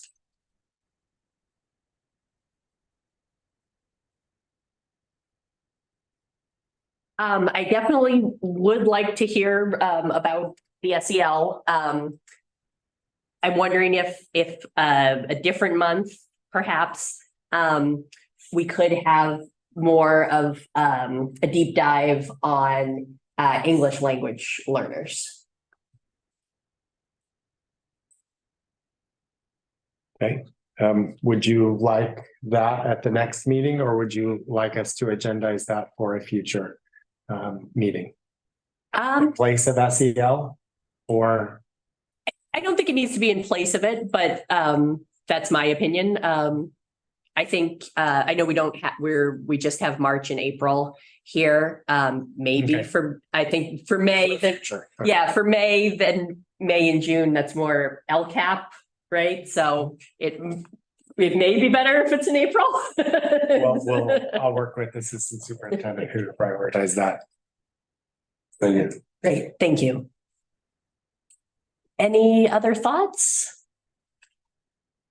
Okay, it kept the agenda is done. Mine keeps exiting too. Thank you. where that's to close. Okay, great. All right. Yeah. Thank you. Okay. So, yes, sorry. Before we close the meeting, I just wanted to let everybody know that one of our seventh graders at Nesbit, Hector Ovando Cisneros, just won the Martin Luther King Jr.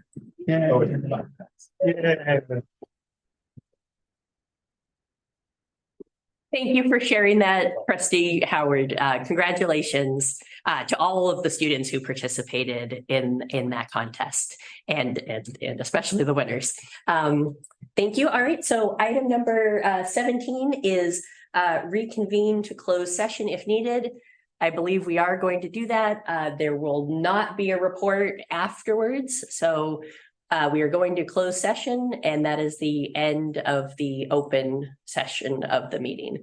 And so we are adjourning the open session at 9:14 p.m.